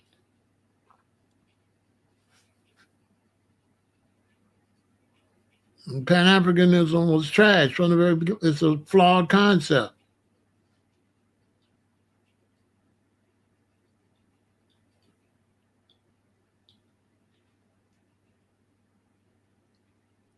That's why the Rasta concept never worked. It's flawed. Because to deal with Pan-Africanism, you would have to get all them people in North Africa out of Africa. They ain't Africans. So how you gonna have Pan-Africanism and love Gaddafi and he ain't no African? What about Egypt? Them Arabs. So how you gonna have Pan-Africanism when Arabs and Turks took the whole top of Africa?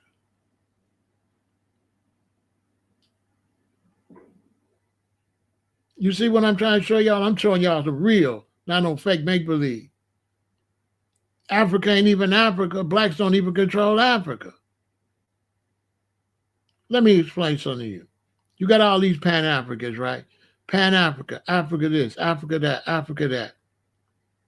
Where's our greatest monuments at? Kemet, right? Egypt, right? Egypt got our greatest monuments in Africa, right? Arabs control Egypt.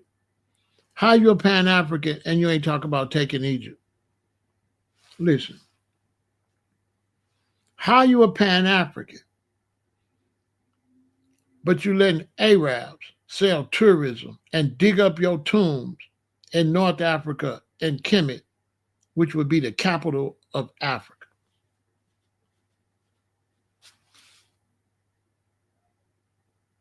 So what you talking about? Moving Africa and tucking your tail and letting the Arabs still control you? You see what I'm saying? See, that's why I never fit, because Pan-Africans ain't soldiers. They selling fairy tales. Because you want to go back to Africa and be second fiddle to the great armies up north that run everything. Okay?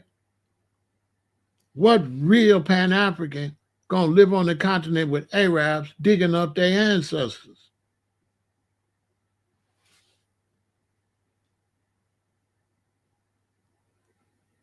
Digging up your ancestors, making money off of your ancestors, broke all the nose off your ancestors' statues.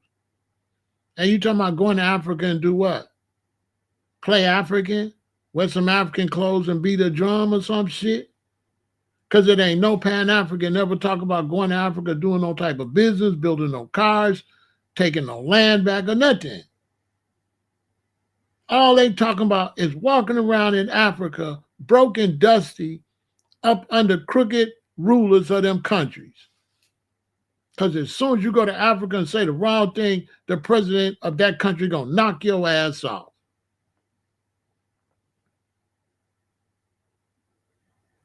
So go to Africa for what? To just walk around and play African? Because every Black American that go to Africa, that's all they over there doing, cosplaying African. That's it.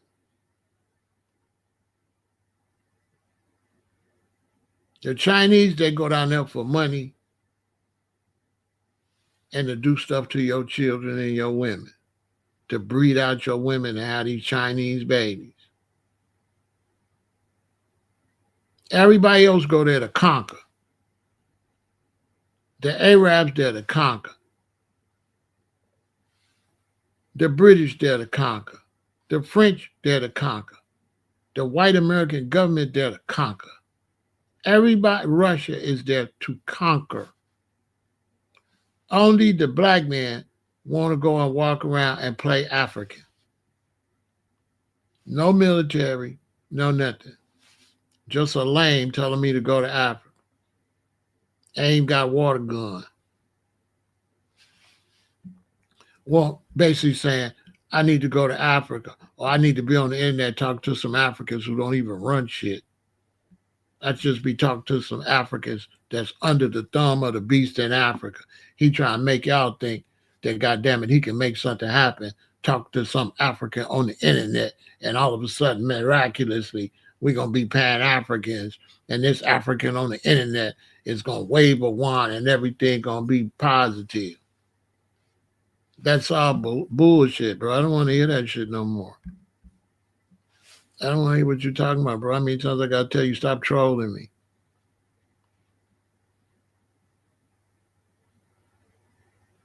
I don't want to hear what you're talking about, bro. I mean, times I got to say it. You just bullshitting.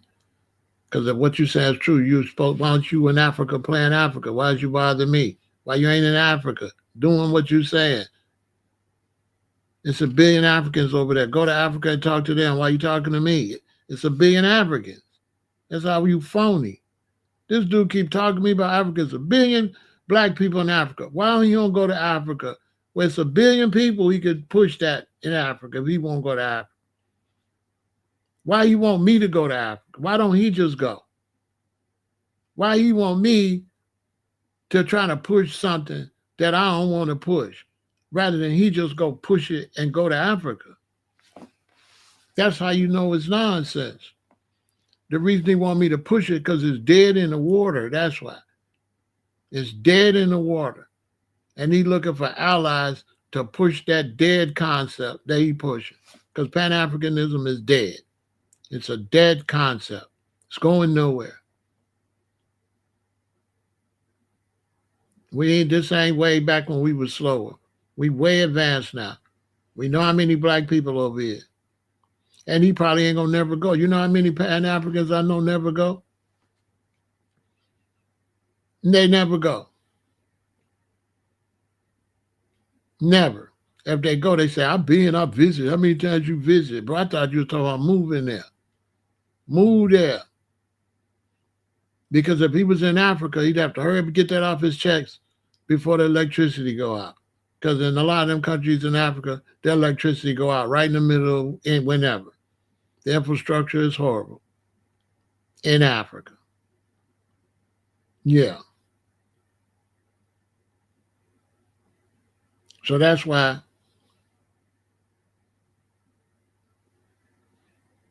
look, you say you just stay right here in the Yo Group USA. Like what you say, like what you telling me that for?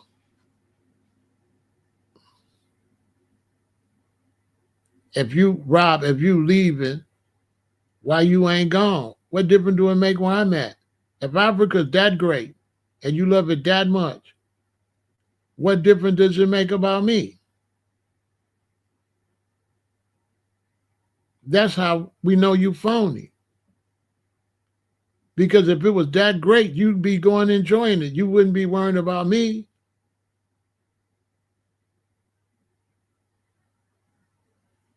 That's why I'm saying you phony. You're phony. Yeah, never mind. Talk to somebody else. Rob, that's why I say y'all phony. Because if it was that great, you'll be over there. That's like it's a fine woman at a party when she ready to go have sex. And instead of going to have sex with her, I call the boom boom and Rob and say, you need to be at this party. You need to be at this party. It's a lot of women. Instead of me getting with Shorty and go do what I got to do. I'm going to keep telling y'all need to be at the party because it's so fun. But I ain't having fun. I'm on the phone trying to tell you to come. It's fun. If Africa's fun, then go have fun and get off my timeline. Go enjoy yourself. Don't worry about me telling me to stay in America and have a good time. I don't need you to tell me that, Rob. I need you to mind your damn business and go live your life like a G. Why the hell is you telling me? All right, then just stay there. That's some girly. Now he turned to a girl. What man gonna say that? All right, well, just stay there and just see what happens. You know what I'm saying? Really trying to wish bad on me, right? But the whole time, right? Let me show you. Let me show you how these brothers is phony. He's really saying that if I stay here in the good old America, America's bad, something bad gonna happen to me, right? Now it's 50 million black Americans here. And look, his mentality is if that these 50 million black Americans don't leave, something bad gonna happen to them. Because guess what? That's the Pan-African concept.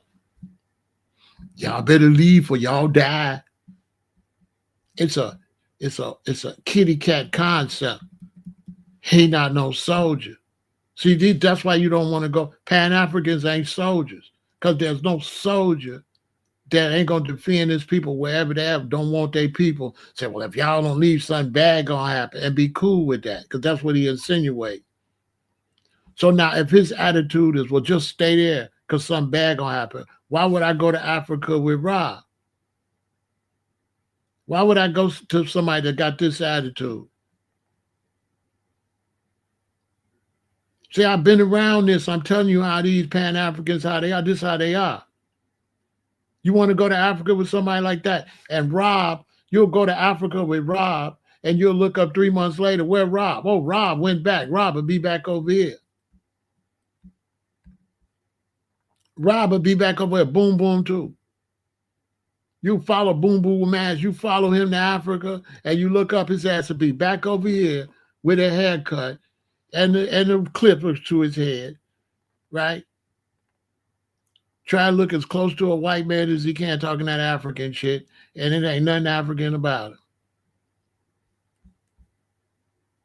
He ain't got African, he don't look African or nothing. He look trimmed and primed like a white man. You know what I'm saying? Yeah, no naughty bongo like I look like a wild man from Africa. He look prim and just like Barbie and Ken. He gonna be in Africa at the barbershop. Yeah, he want to go here to Africa. He got to make sure he got to make sure he shave, right? So he gonna be over there on some white man shit, shaving and get his barber, his hair cut, get his mustache trimmed, and strut around like a peacock in Africa. He ain't no Congo bongo like that. He a Negro. Talking about go to Africa. I'm just saying. He got to go to Africa where they do haircuts, though. He can't go to the wild Africa. You know what I'm saying? You say, I should be allowed to benefit the doubt Muhammad Ali light skin. I don't know what you talking about. Muhammad Ali dead. You know what I'm saying? You all over the place. You know what I'm saying? All I'm saying is shut up talking to me. I'm just trying to say it in a nice way. Bro, shut up talking to me. Your name, the Boom Boom Effect. My name, Big Pharaoh El-Aton. You got a bootleg name trying to say some real shit. Bro, when I'm going to listen to the Boom Boom? Yeah, I finally got him out of here, but it was fun. He the Boom Boom trying to tell me, I'll say, yeah, man, you know what? Now that I go home, I call my son. You know, son, I talked to the Boom Boom, and I think I'm going to go to Africa. Boom Boom Effect convinced me. Oh, nigga named Boom Boom can't convince me to do shit. Come on, man. Nigga, your name Boom Boom. Who listening to you? Get the hell out of here.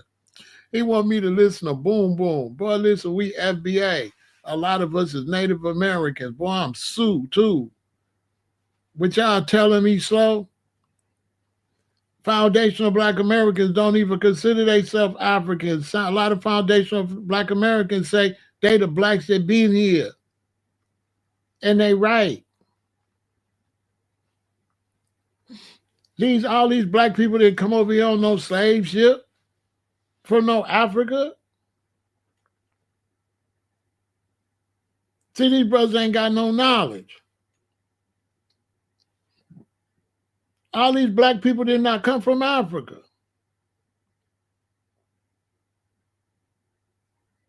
We got some African blood from mixing with the Africans, because you know the Africans that were slaves ran off with the Native Americans and fought down in Florida. So we was mixing, but a lot of us is mostly a Native American. We got some African blood. I got some African blood, some Egyptian blood, but I'm mostly Native American. I'm Sioux. He can't see I'm red. See what I'm saying? I don't look like nobody in Africa.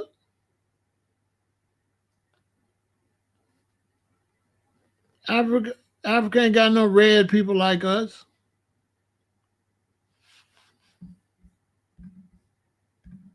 Yeah, my mother's side was heavy Sioux.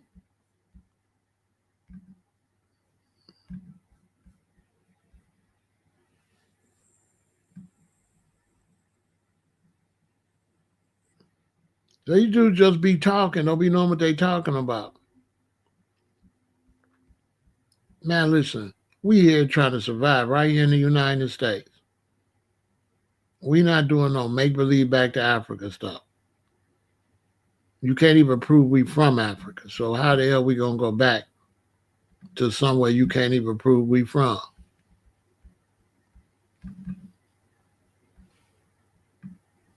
You know what I'm saying? But yeah, we got some African DNA, because some of us, even though we was here, we had came from Africa before the white man came.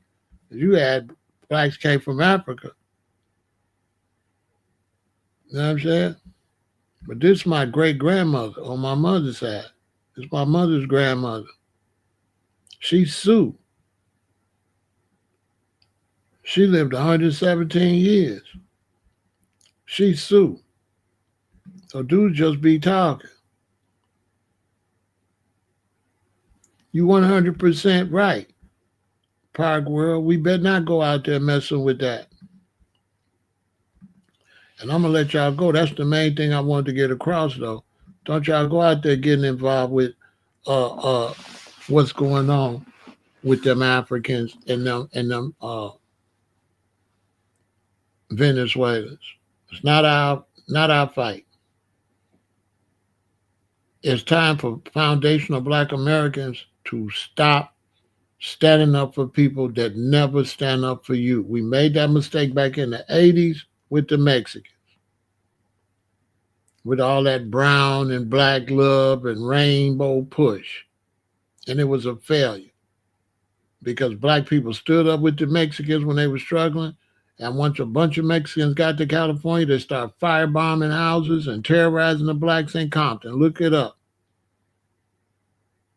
And started calling us the N-word, and they ain't never been our friends since.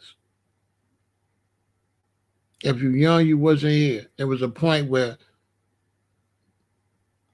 the Reagan and Bush and them, they wasn't letting no Mexicans in here. And Black Americans stood up for the Mexicans. This was back in the 80s. Stood up for the Mexicans. Start talking black and brown love. When the Mexicans got up here, they didn't return the favor. To them, we was the N-word. But back then, black people didn't know no history. So they didn't know.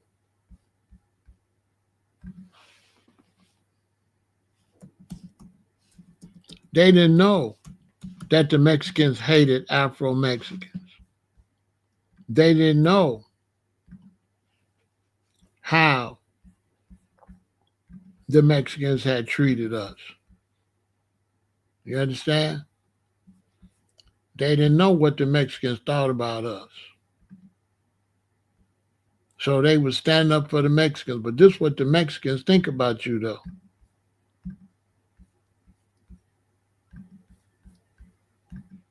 And the Afro-Mexicans in Mexico didn't even get no citizenship until a few years ago. They had no citizenship. Yeah. the Afro-Mexicans. The Mexicans treat the Afro-Mexicans real bad. Real bad. But yet, black folks were standing up for Mexicans in the 80s, not knowing that those Mexicans was the Spanish ones. They wasn't the Afro ones.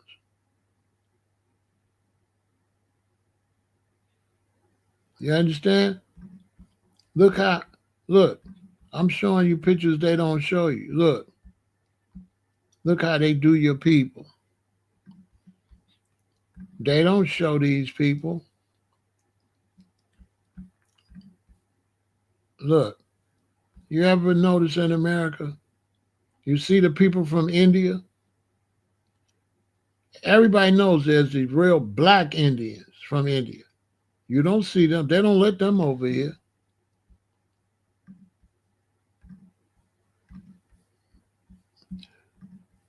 They do not let the black Indians over here.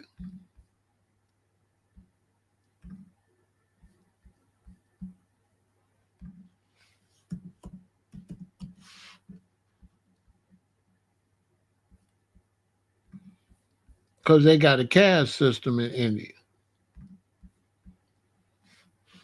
You always see the light Indians. You don't ever see these. They don't let these Indians over here.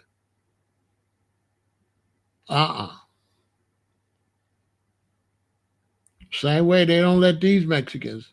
They don't let them Mexicans up here. Oh, no. They always let the Spanish Mexicans up here. And the Spanish Mexicans, Spain is European.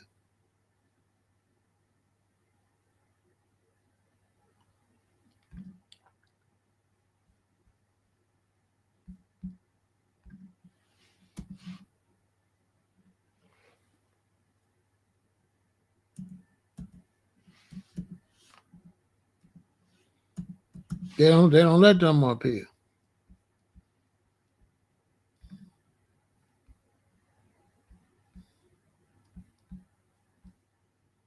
No. The Afro-Mexicans, they won't even let them get up close to the border. They make them wait at this town right here. That's miles away from the border.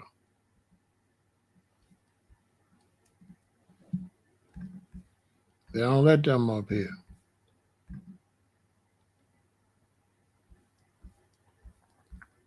But I'm saying all that to say, when we stood up for them people, them Mexicans didn't do nothing for us. They became the enemy. So they ain't gonna show you. They ain't let these Mexicans up here.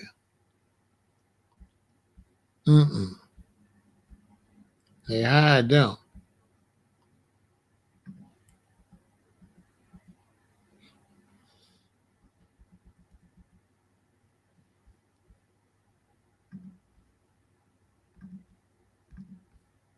So look, don't y'all get involved with that situation going on up there with them people. Stay out of the ICE situation. Stay out of that.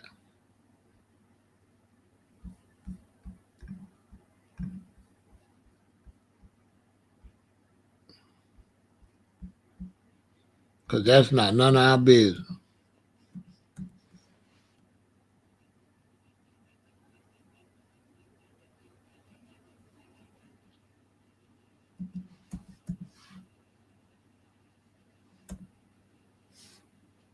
That ain't none of our business.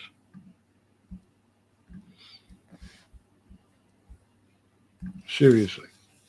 It's not our business.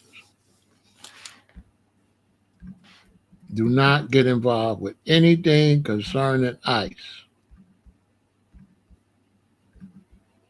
Stay out of it.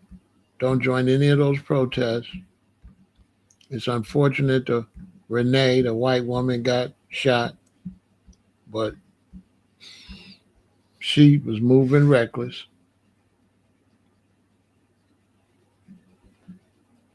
And that's what happened to her. She was moving reckless. And that's what caused all of that. Do not get involved. Stay out the way. Don't get involved in that at all. None.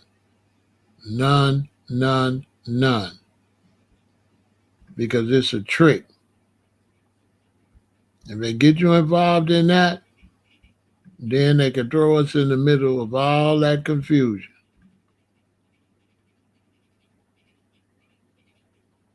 Yeah, they can throw us in the middle of all that confusion.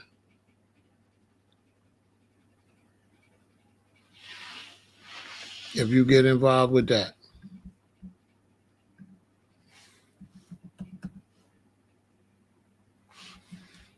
That's all that's going to happen.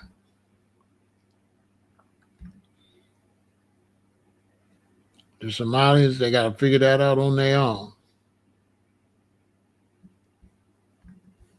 They went up there, they scammed all that money,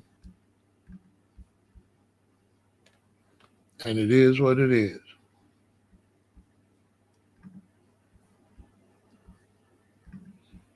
Stand down and do not get involved with that whatsoever in any kind of way. That's not our fight, and we should not be getting involved with that in any kind of way. In any kind of way. Do not get involved with that situation up there. People are trying to trick us to get us involved in it, to cause a problem for us. That's all that's going to do. I'm beating this drum because you got to get that out there, everybody. Stay out of that. If you get involved with that, all you're doing is endangering your family. That is all you're going to be doing. You're going to be endangering your family, getting your family involved in something that is none of your business. That's the plan. That's what people are out here trying to do, because they don't have no right to bother us. They don't have no right to deport us. So they looking for some type of way.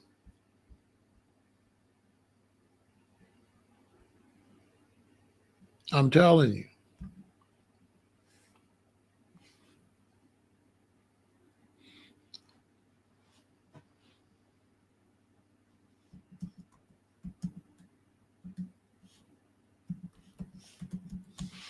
They're looking for some type of way to get us involved with that nonsense. That's what they're doing. And this is very important. That's why I'm beating this drum like that. Tell everybody. This was to put us in something that was none of our business. And that's why they had that man up there talking crazy like that. They had that man talking crazy, trying to get us involved with something that's none of our business. No, we're not boycotting ICE. None. We're not doing none of that. We're not doing nothing with ICE. Listen, we're not boycotting ICE. We mind our business. We are not getting involved with that. Y'all listen to me. Don't no, no, no, no, no, no, no. Don't listen to this. Listen, keep ICE name out your mouth unless you support them. Do not get on this social media saying anything against ICE because you will be telling them to target you. That's what you're going to be telling them, to target you and your family. You might as well call the police on yourself. Stay out of it. That's what this guy was to try to bring us into it because we're not in it. We're not in it. And this was a plot to drag us in it.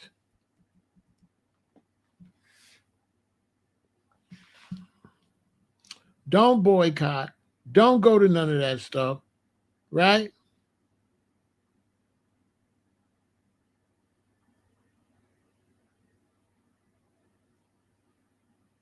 You understand? You're 100% right. We've been over here struggling a long time. Yes. Yes, exactly. Exactly.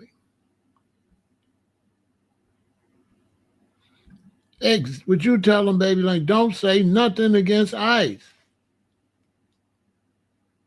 We not in this. They trying to get us to become a target. That's what his mission was. This guy is most likely an agent because I have a video of him doing the same thing.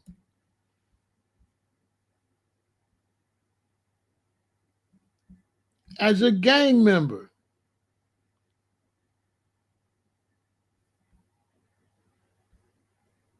The same thing. They pulled the agent out and they put one in. We've seen this. We've seen this.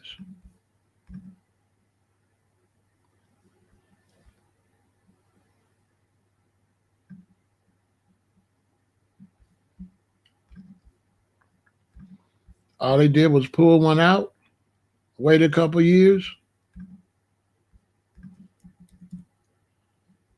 and stick a new one. Same play. This is what he was supposed to do. Revolutionize us so we become targets. He was talking crazy too. Get out there and talk crazy and say you represent Black Americans.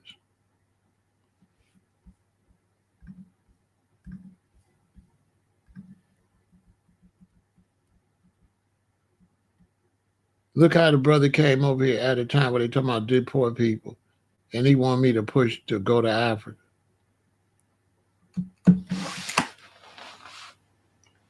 Which could have been some police stuff too, because you constantly saying you want to go to Africa.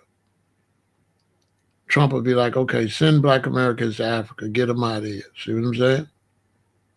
Why would you say that right now? Why would you start talking about going to Africa right now when they deporting people back to Africa? Why would you claim Africa right now? See, the whole time I didn't want to say nothing, but I feel like dude was the police. They came over here earlier, kept pushing Pan-Africanism.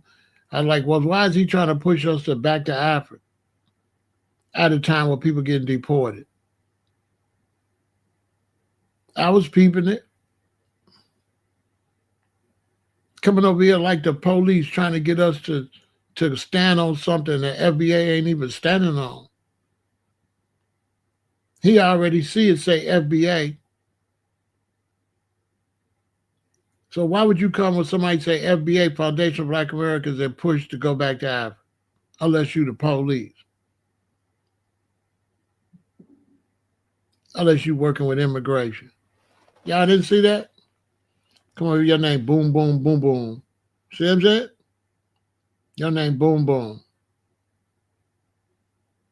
Yeah, you want me to push some crazy way we want to leave the country right now when they deporting people. I wasn't biting that. That was some police shit too. That wasn't police. People getting deported. We standing on the fact we foundational Black Americans. We can't get deported. We here. You see a video, say FBA. You come over and try to tell FBA about Pan-Africanism. When you know FBA, we don't do Pan-Africanism. What was that? That was some police shit. Why was he so hell-bent on getting us to try to claim Africa right now? We ain't trying to claim no Africa right now. We here. We claiming this. We foundational Black Americans.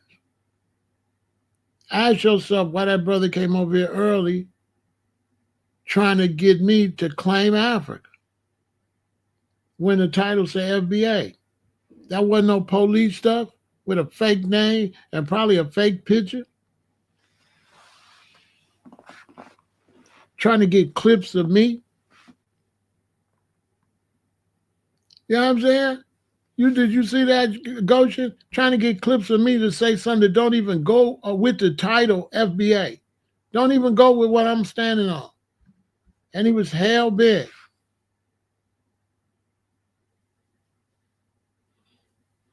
Y'all seen, dude? He tried to get me to be a Pan-African when I'm already FBA.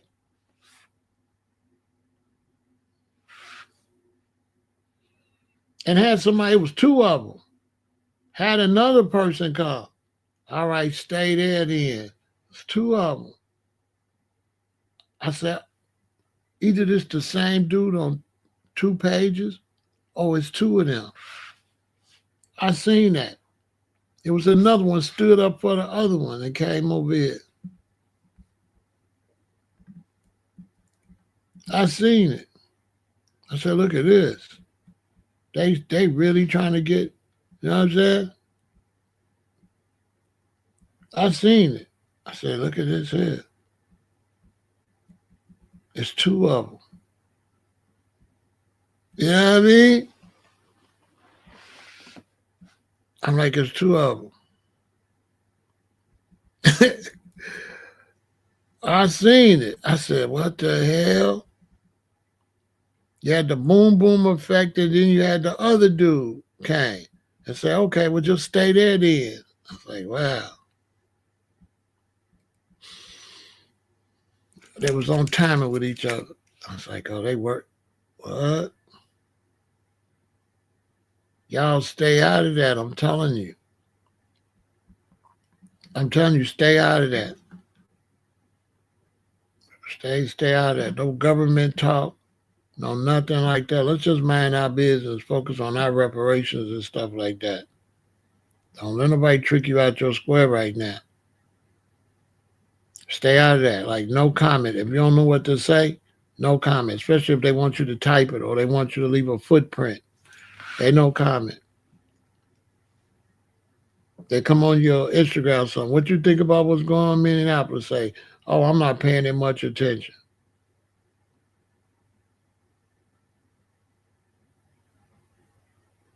Stay out of it. Because it's a trap.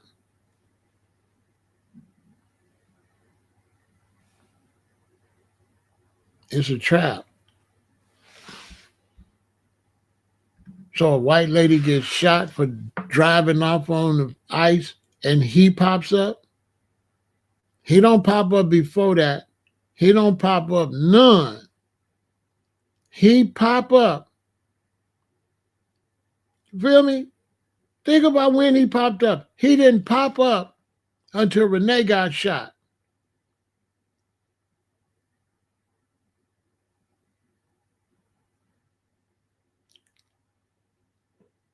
And Renee is a European woman, and he pop up talking about a Black Panther and saying the Black Panthers is international. When the Black Panther was national for foundational Black Americans. The Black Panthers was not international.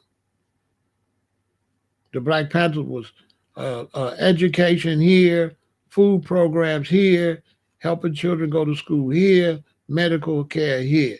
The Black Panthers was not no international organization. Chairman Fred here in Chicago denounced this dude. Huey P. Newton's relative denounced this dude. And he ain't the first one. It's a whole bunch of them popped up for years trying to trick us out our square. Whole bunch of them. Y'all be careful on this internet.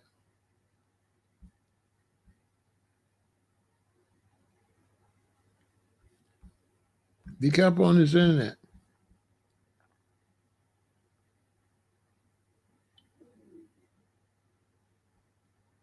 Because there's a whole bunch of them was popping up trying to get us to get caught up in something and go to prison.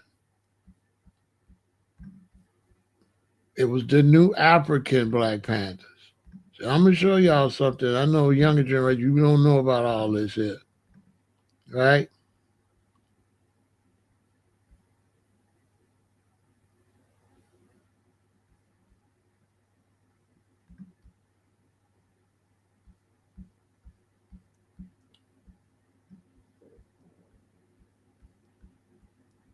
All of that stuff, they copied from the 776 1st Tank Battalion, right? That's where they copied it from. And that's where the original Black Panthers got it from, this military platoon under Patton. Give y'all a little history while we at it. There's a military platoon under General Patton, and that's where the Black Panthers got their name from and got everything from them. The original Black Panthers. They got that from these brothers right here. These are the original Black Panthers that fought with General Patton.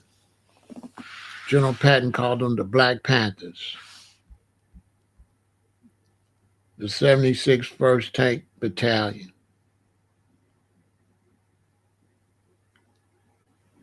The 761st, I want to get it right, 761 1st Tank Battalion.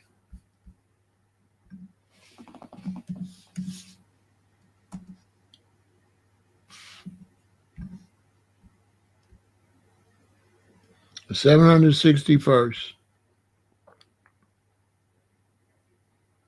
Tank Battalion. That's where they got it from these brothers right here, because they was rough with it.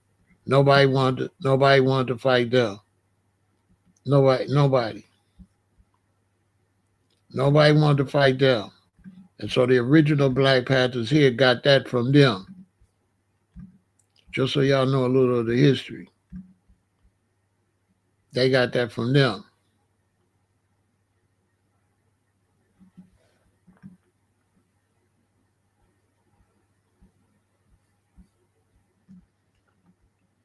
The original Black Panther Party.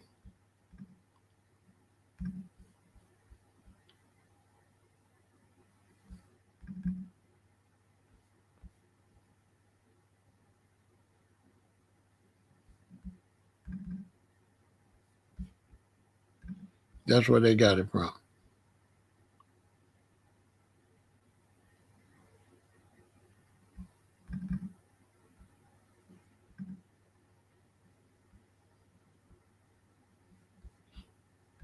And after the Black Panther Party, then we had the new Black Panther Party. That's the one. No, that wasn't Vietnam. That was World War II. So we had the new Black Panther Party. That's the one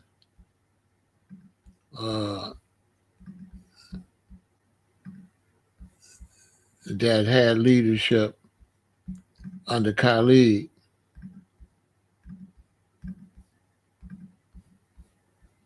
And the brother Hassim and Zinga.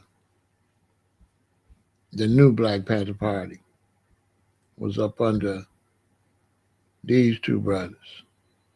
Rest in peace to both of them brothers. As the new Black Panther Party.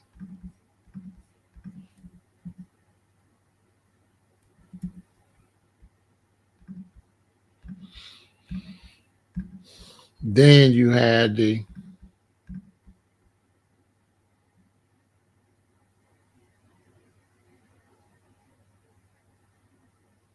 new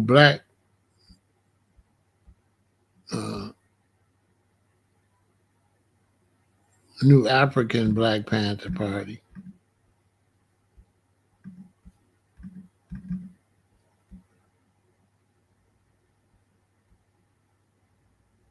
And that's these brothers right here. A lot of these people were to get you put in the penitentiary, okay? I'm just showing you how many people came out with these type of situations. These was legit. This one right here, he ended up going to prison for something. See, so how you the new African Black Panther Party? I'm just showing you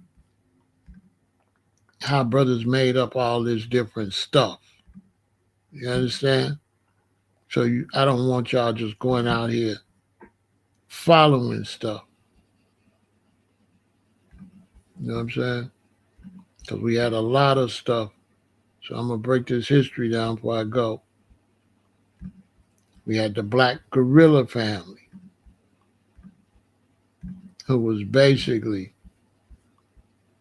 headed up by George Jackson when he got locked up, right? Okay? The Black Guerrilla family.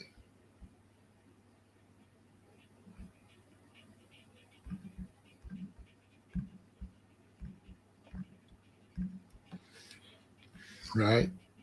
We've had, I'm going to just show you, there's been a lot of COINTELPRO. There's been some real groups, and there's been some COINTELPRO.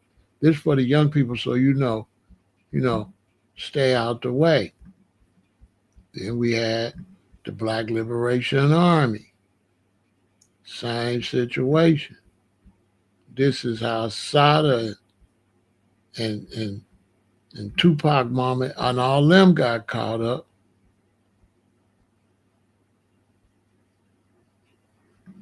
Messing with Matula. And Matula was jumping from groups to group to group. They end up doing armed car robberies and stuff like that, and got Asada Secure and got, different brothers and sisters in a lot of trouble. So you got to watch this. I'm trying to show you got to watch this stuff. You got to watch these organizations. You know what I'm saying? Because these organizations, you'll ruin your life. Don't be joining them organizations. I'm telling you right now. Don't do it.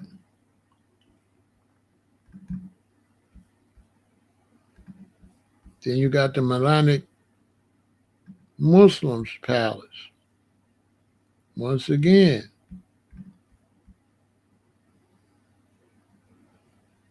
they was big in the penitentiary, especially up in like Michigan and stuff.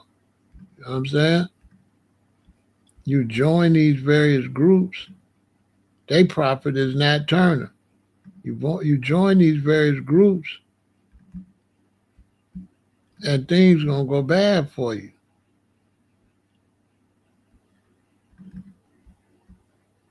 Okay?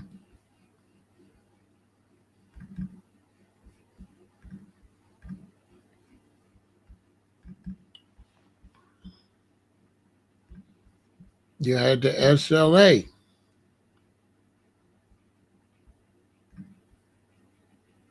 They was the ones headed up by SenQ. I don't think they ever really found his body after they burnt the house down. I don't think they found him. He was the one that had brainwashed Patty Hearst when she went and did the bank robberies and stuff. Y'all young, y'all don't remember that, but at least you heard about it now. So this was the SLA, Symbionese Liberation Army, ran by Senku, and they brainwashed her from the Hearst family, who was billionaires. Allegedly kidnapped the Hearst daughter and brainwashed her to be a revolutionary. But they didn't brainwash her. She wanted to be in it. But when they went and burnt the house down, they captured her. They allegedly burned the house down. She got all on the news crying and stuff. They let her go back to a normal life. They was robbing brake trucks and everything. They let her go back to a normal life. Him, some people say he was burnt up. Some people said he escaped. They don't know what happened to him. But that's the SLA.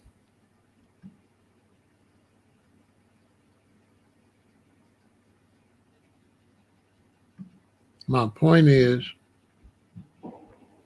it's a lot of stuff like that.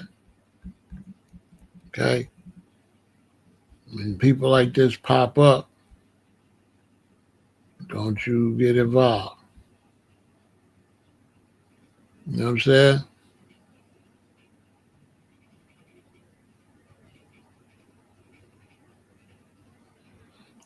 Don't you get involved. Okay? Don't you get involved with none of those organizations, because they'll have you join those organizations and all they'll do is get a foul on you, like all them people join the NFAC, and all they did was get a foul on them. That's all that happened. They get a foul on you, and now they got your information. Do not join those organizations.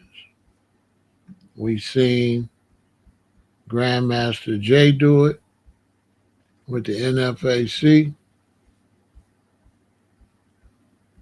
and all them people signed up, and he got arrested, and all these people's information right now is in the hands of the FBI and the Secret Service.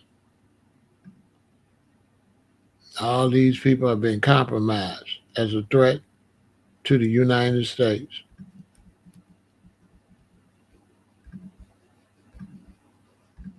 All of them have been compromised.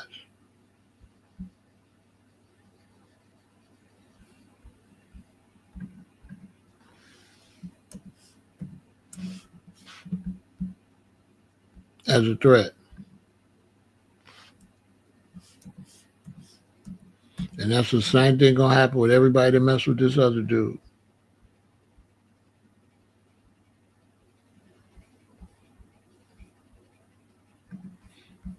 You follow these dudes, and you're gonna be marked by the government. Nothing but government agents. All right? So stay clear. And don't get on this internet saying nothing against ICE at all.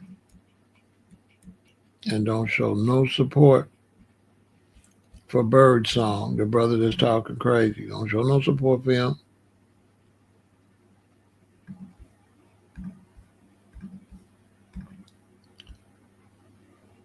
Don't show no support for him.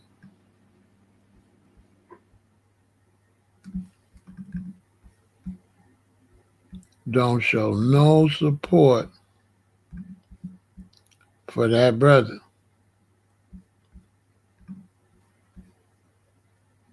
Or you're going to find yourself in cuffs.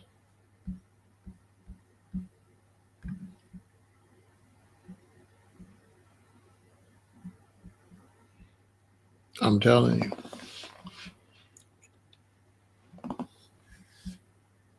Victory.